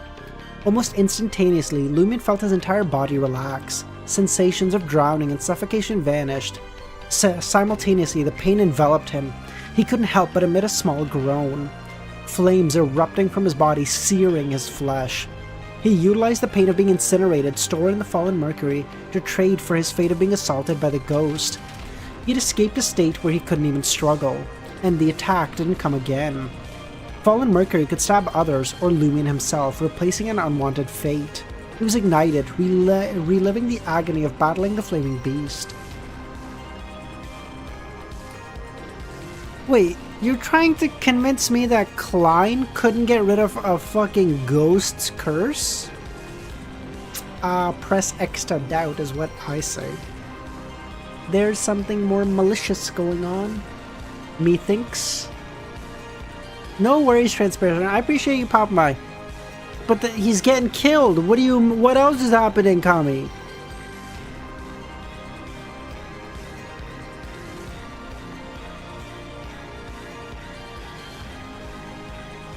The bell, wait.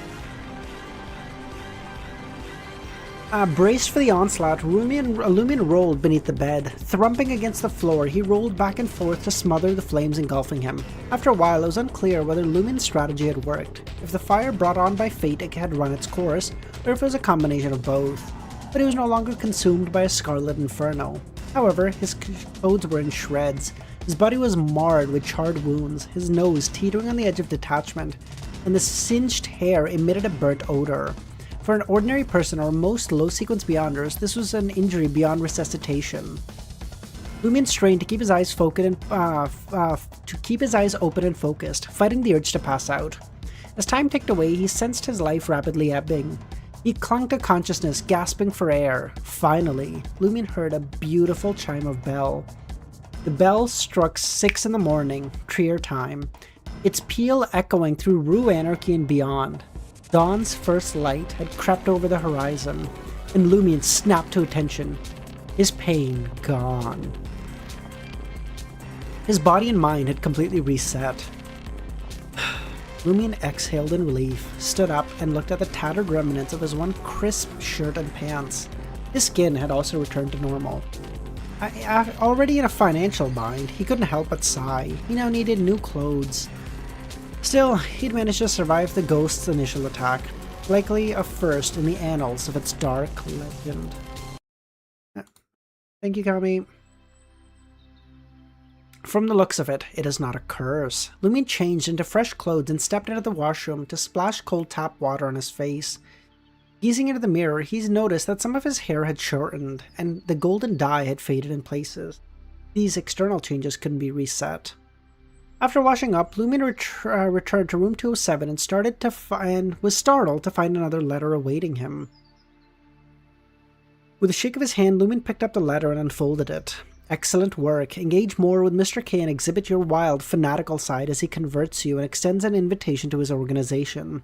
The monstery ghost is not a curse. There are 3 solutions for your predicament. First, die before it. Use the corruption within you to destroy it and avenge the fallen. Second, trade your fate of encountering the monstery ghost with your dirk. Haven't you ever considered using that blade on yourself? Well, guess what, bitch? Beat you to it. Get fucked. Third, take refuge in a particular cathedral of a certain church and never leave its sanctuary.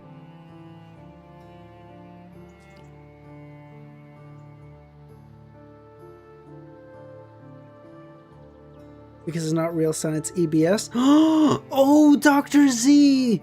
That's so good! I did not even think of that! That's so clever! I did not even think of that. That's so cool. Alright.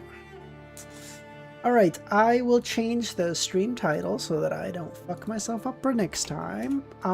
Like I mentioned earlier, no stream tomorrow because it's Christmas Eve and I gotta go over to my aunt's and uncle's house. And I'm gonna spend the night there, so I won't have my setup by shit. And then stream on Christmas Day. So on the 25th we will stream. No stream on the 24th. And then after that I believe it's just the weekend. So that's a-okay. So stream on the 25th and 6th. And then we can go from there. I am just gonna... I think we'll call it there. Boys and girls. I'm trying to get lucky. I'm going to my uncle's house. What the fuck do you think is happening? I'm not French, Kami. We don't do that, okay? It's yucky. In certain cultures, I respect your culture and stuff, but in other parts of the world, that is considered very yucky, what you're implying, okay? So, try to be considerate of our cultures as well, Kami. Alright. Everyone, have a great rest of your day or nights. I'll catch y'all on Christmas. Have a great Christmas Eve, guys. Fucking love all of you. And yeah, that's it. I'll catch y'all later.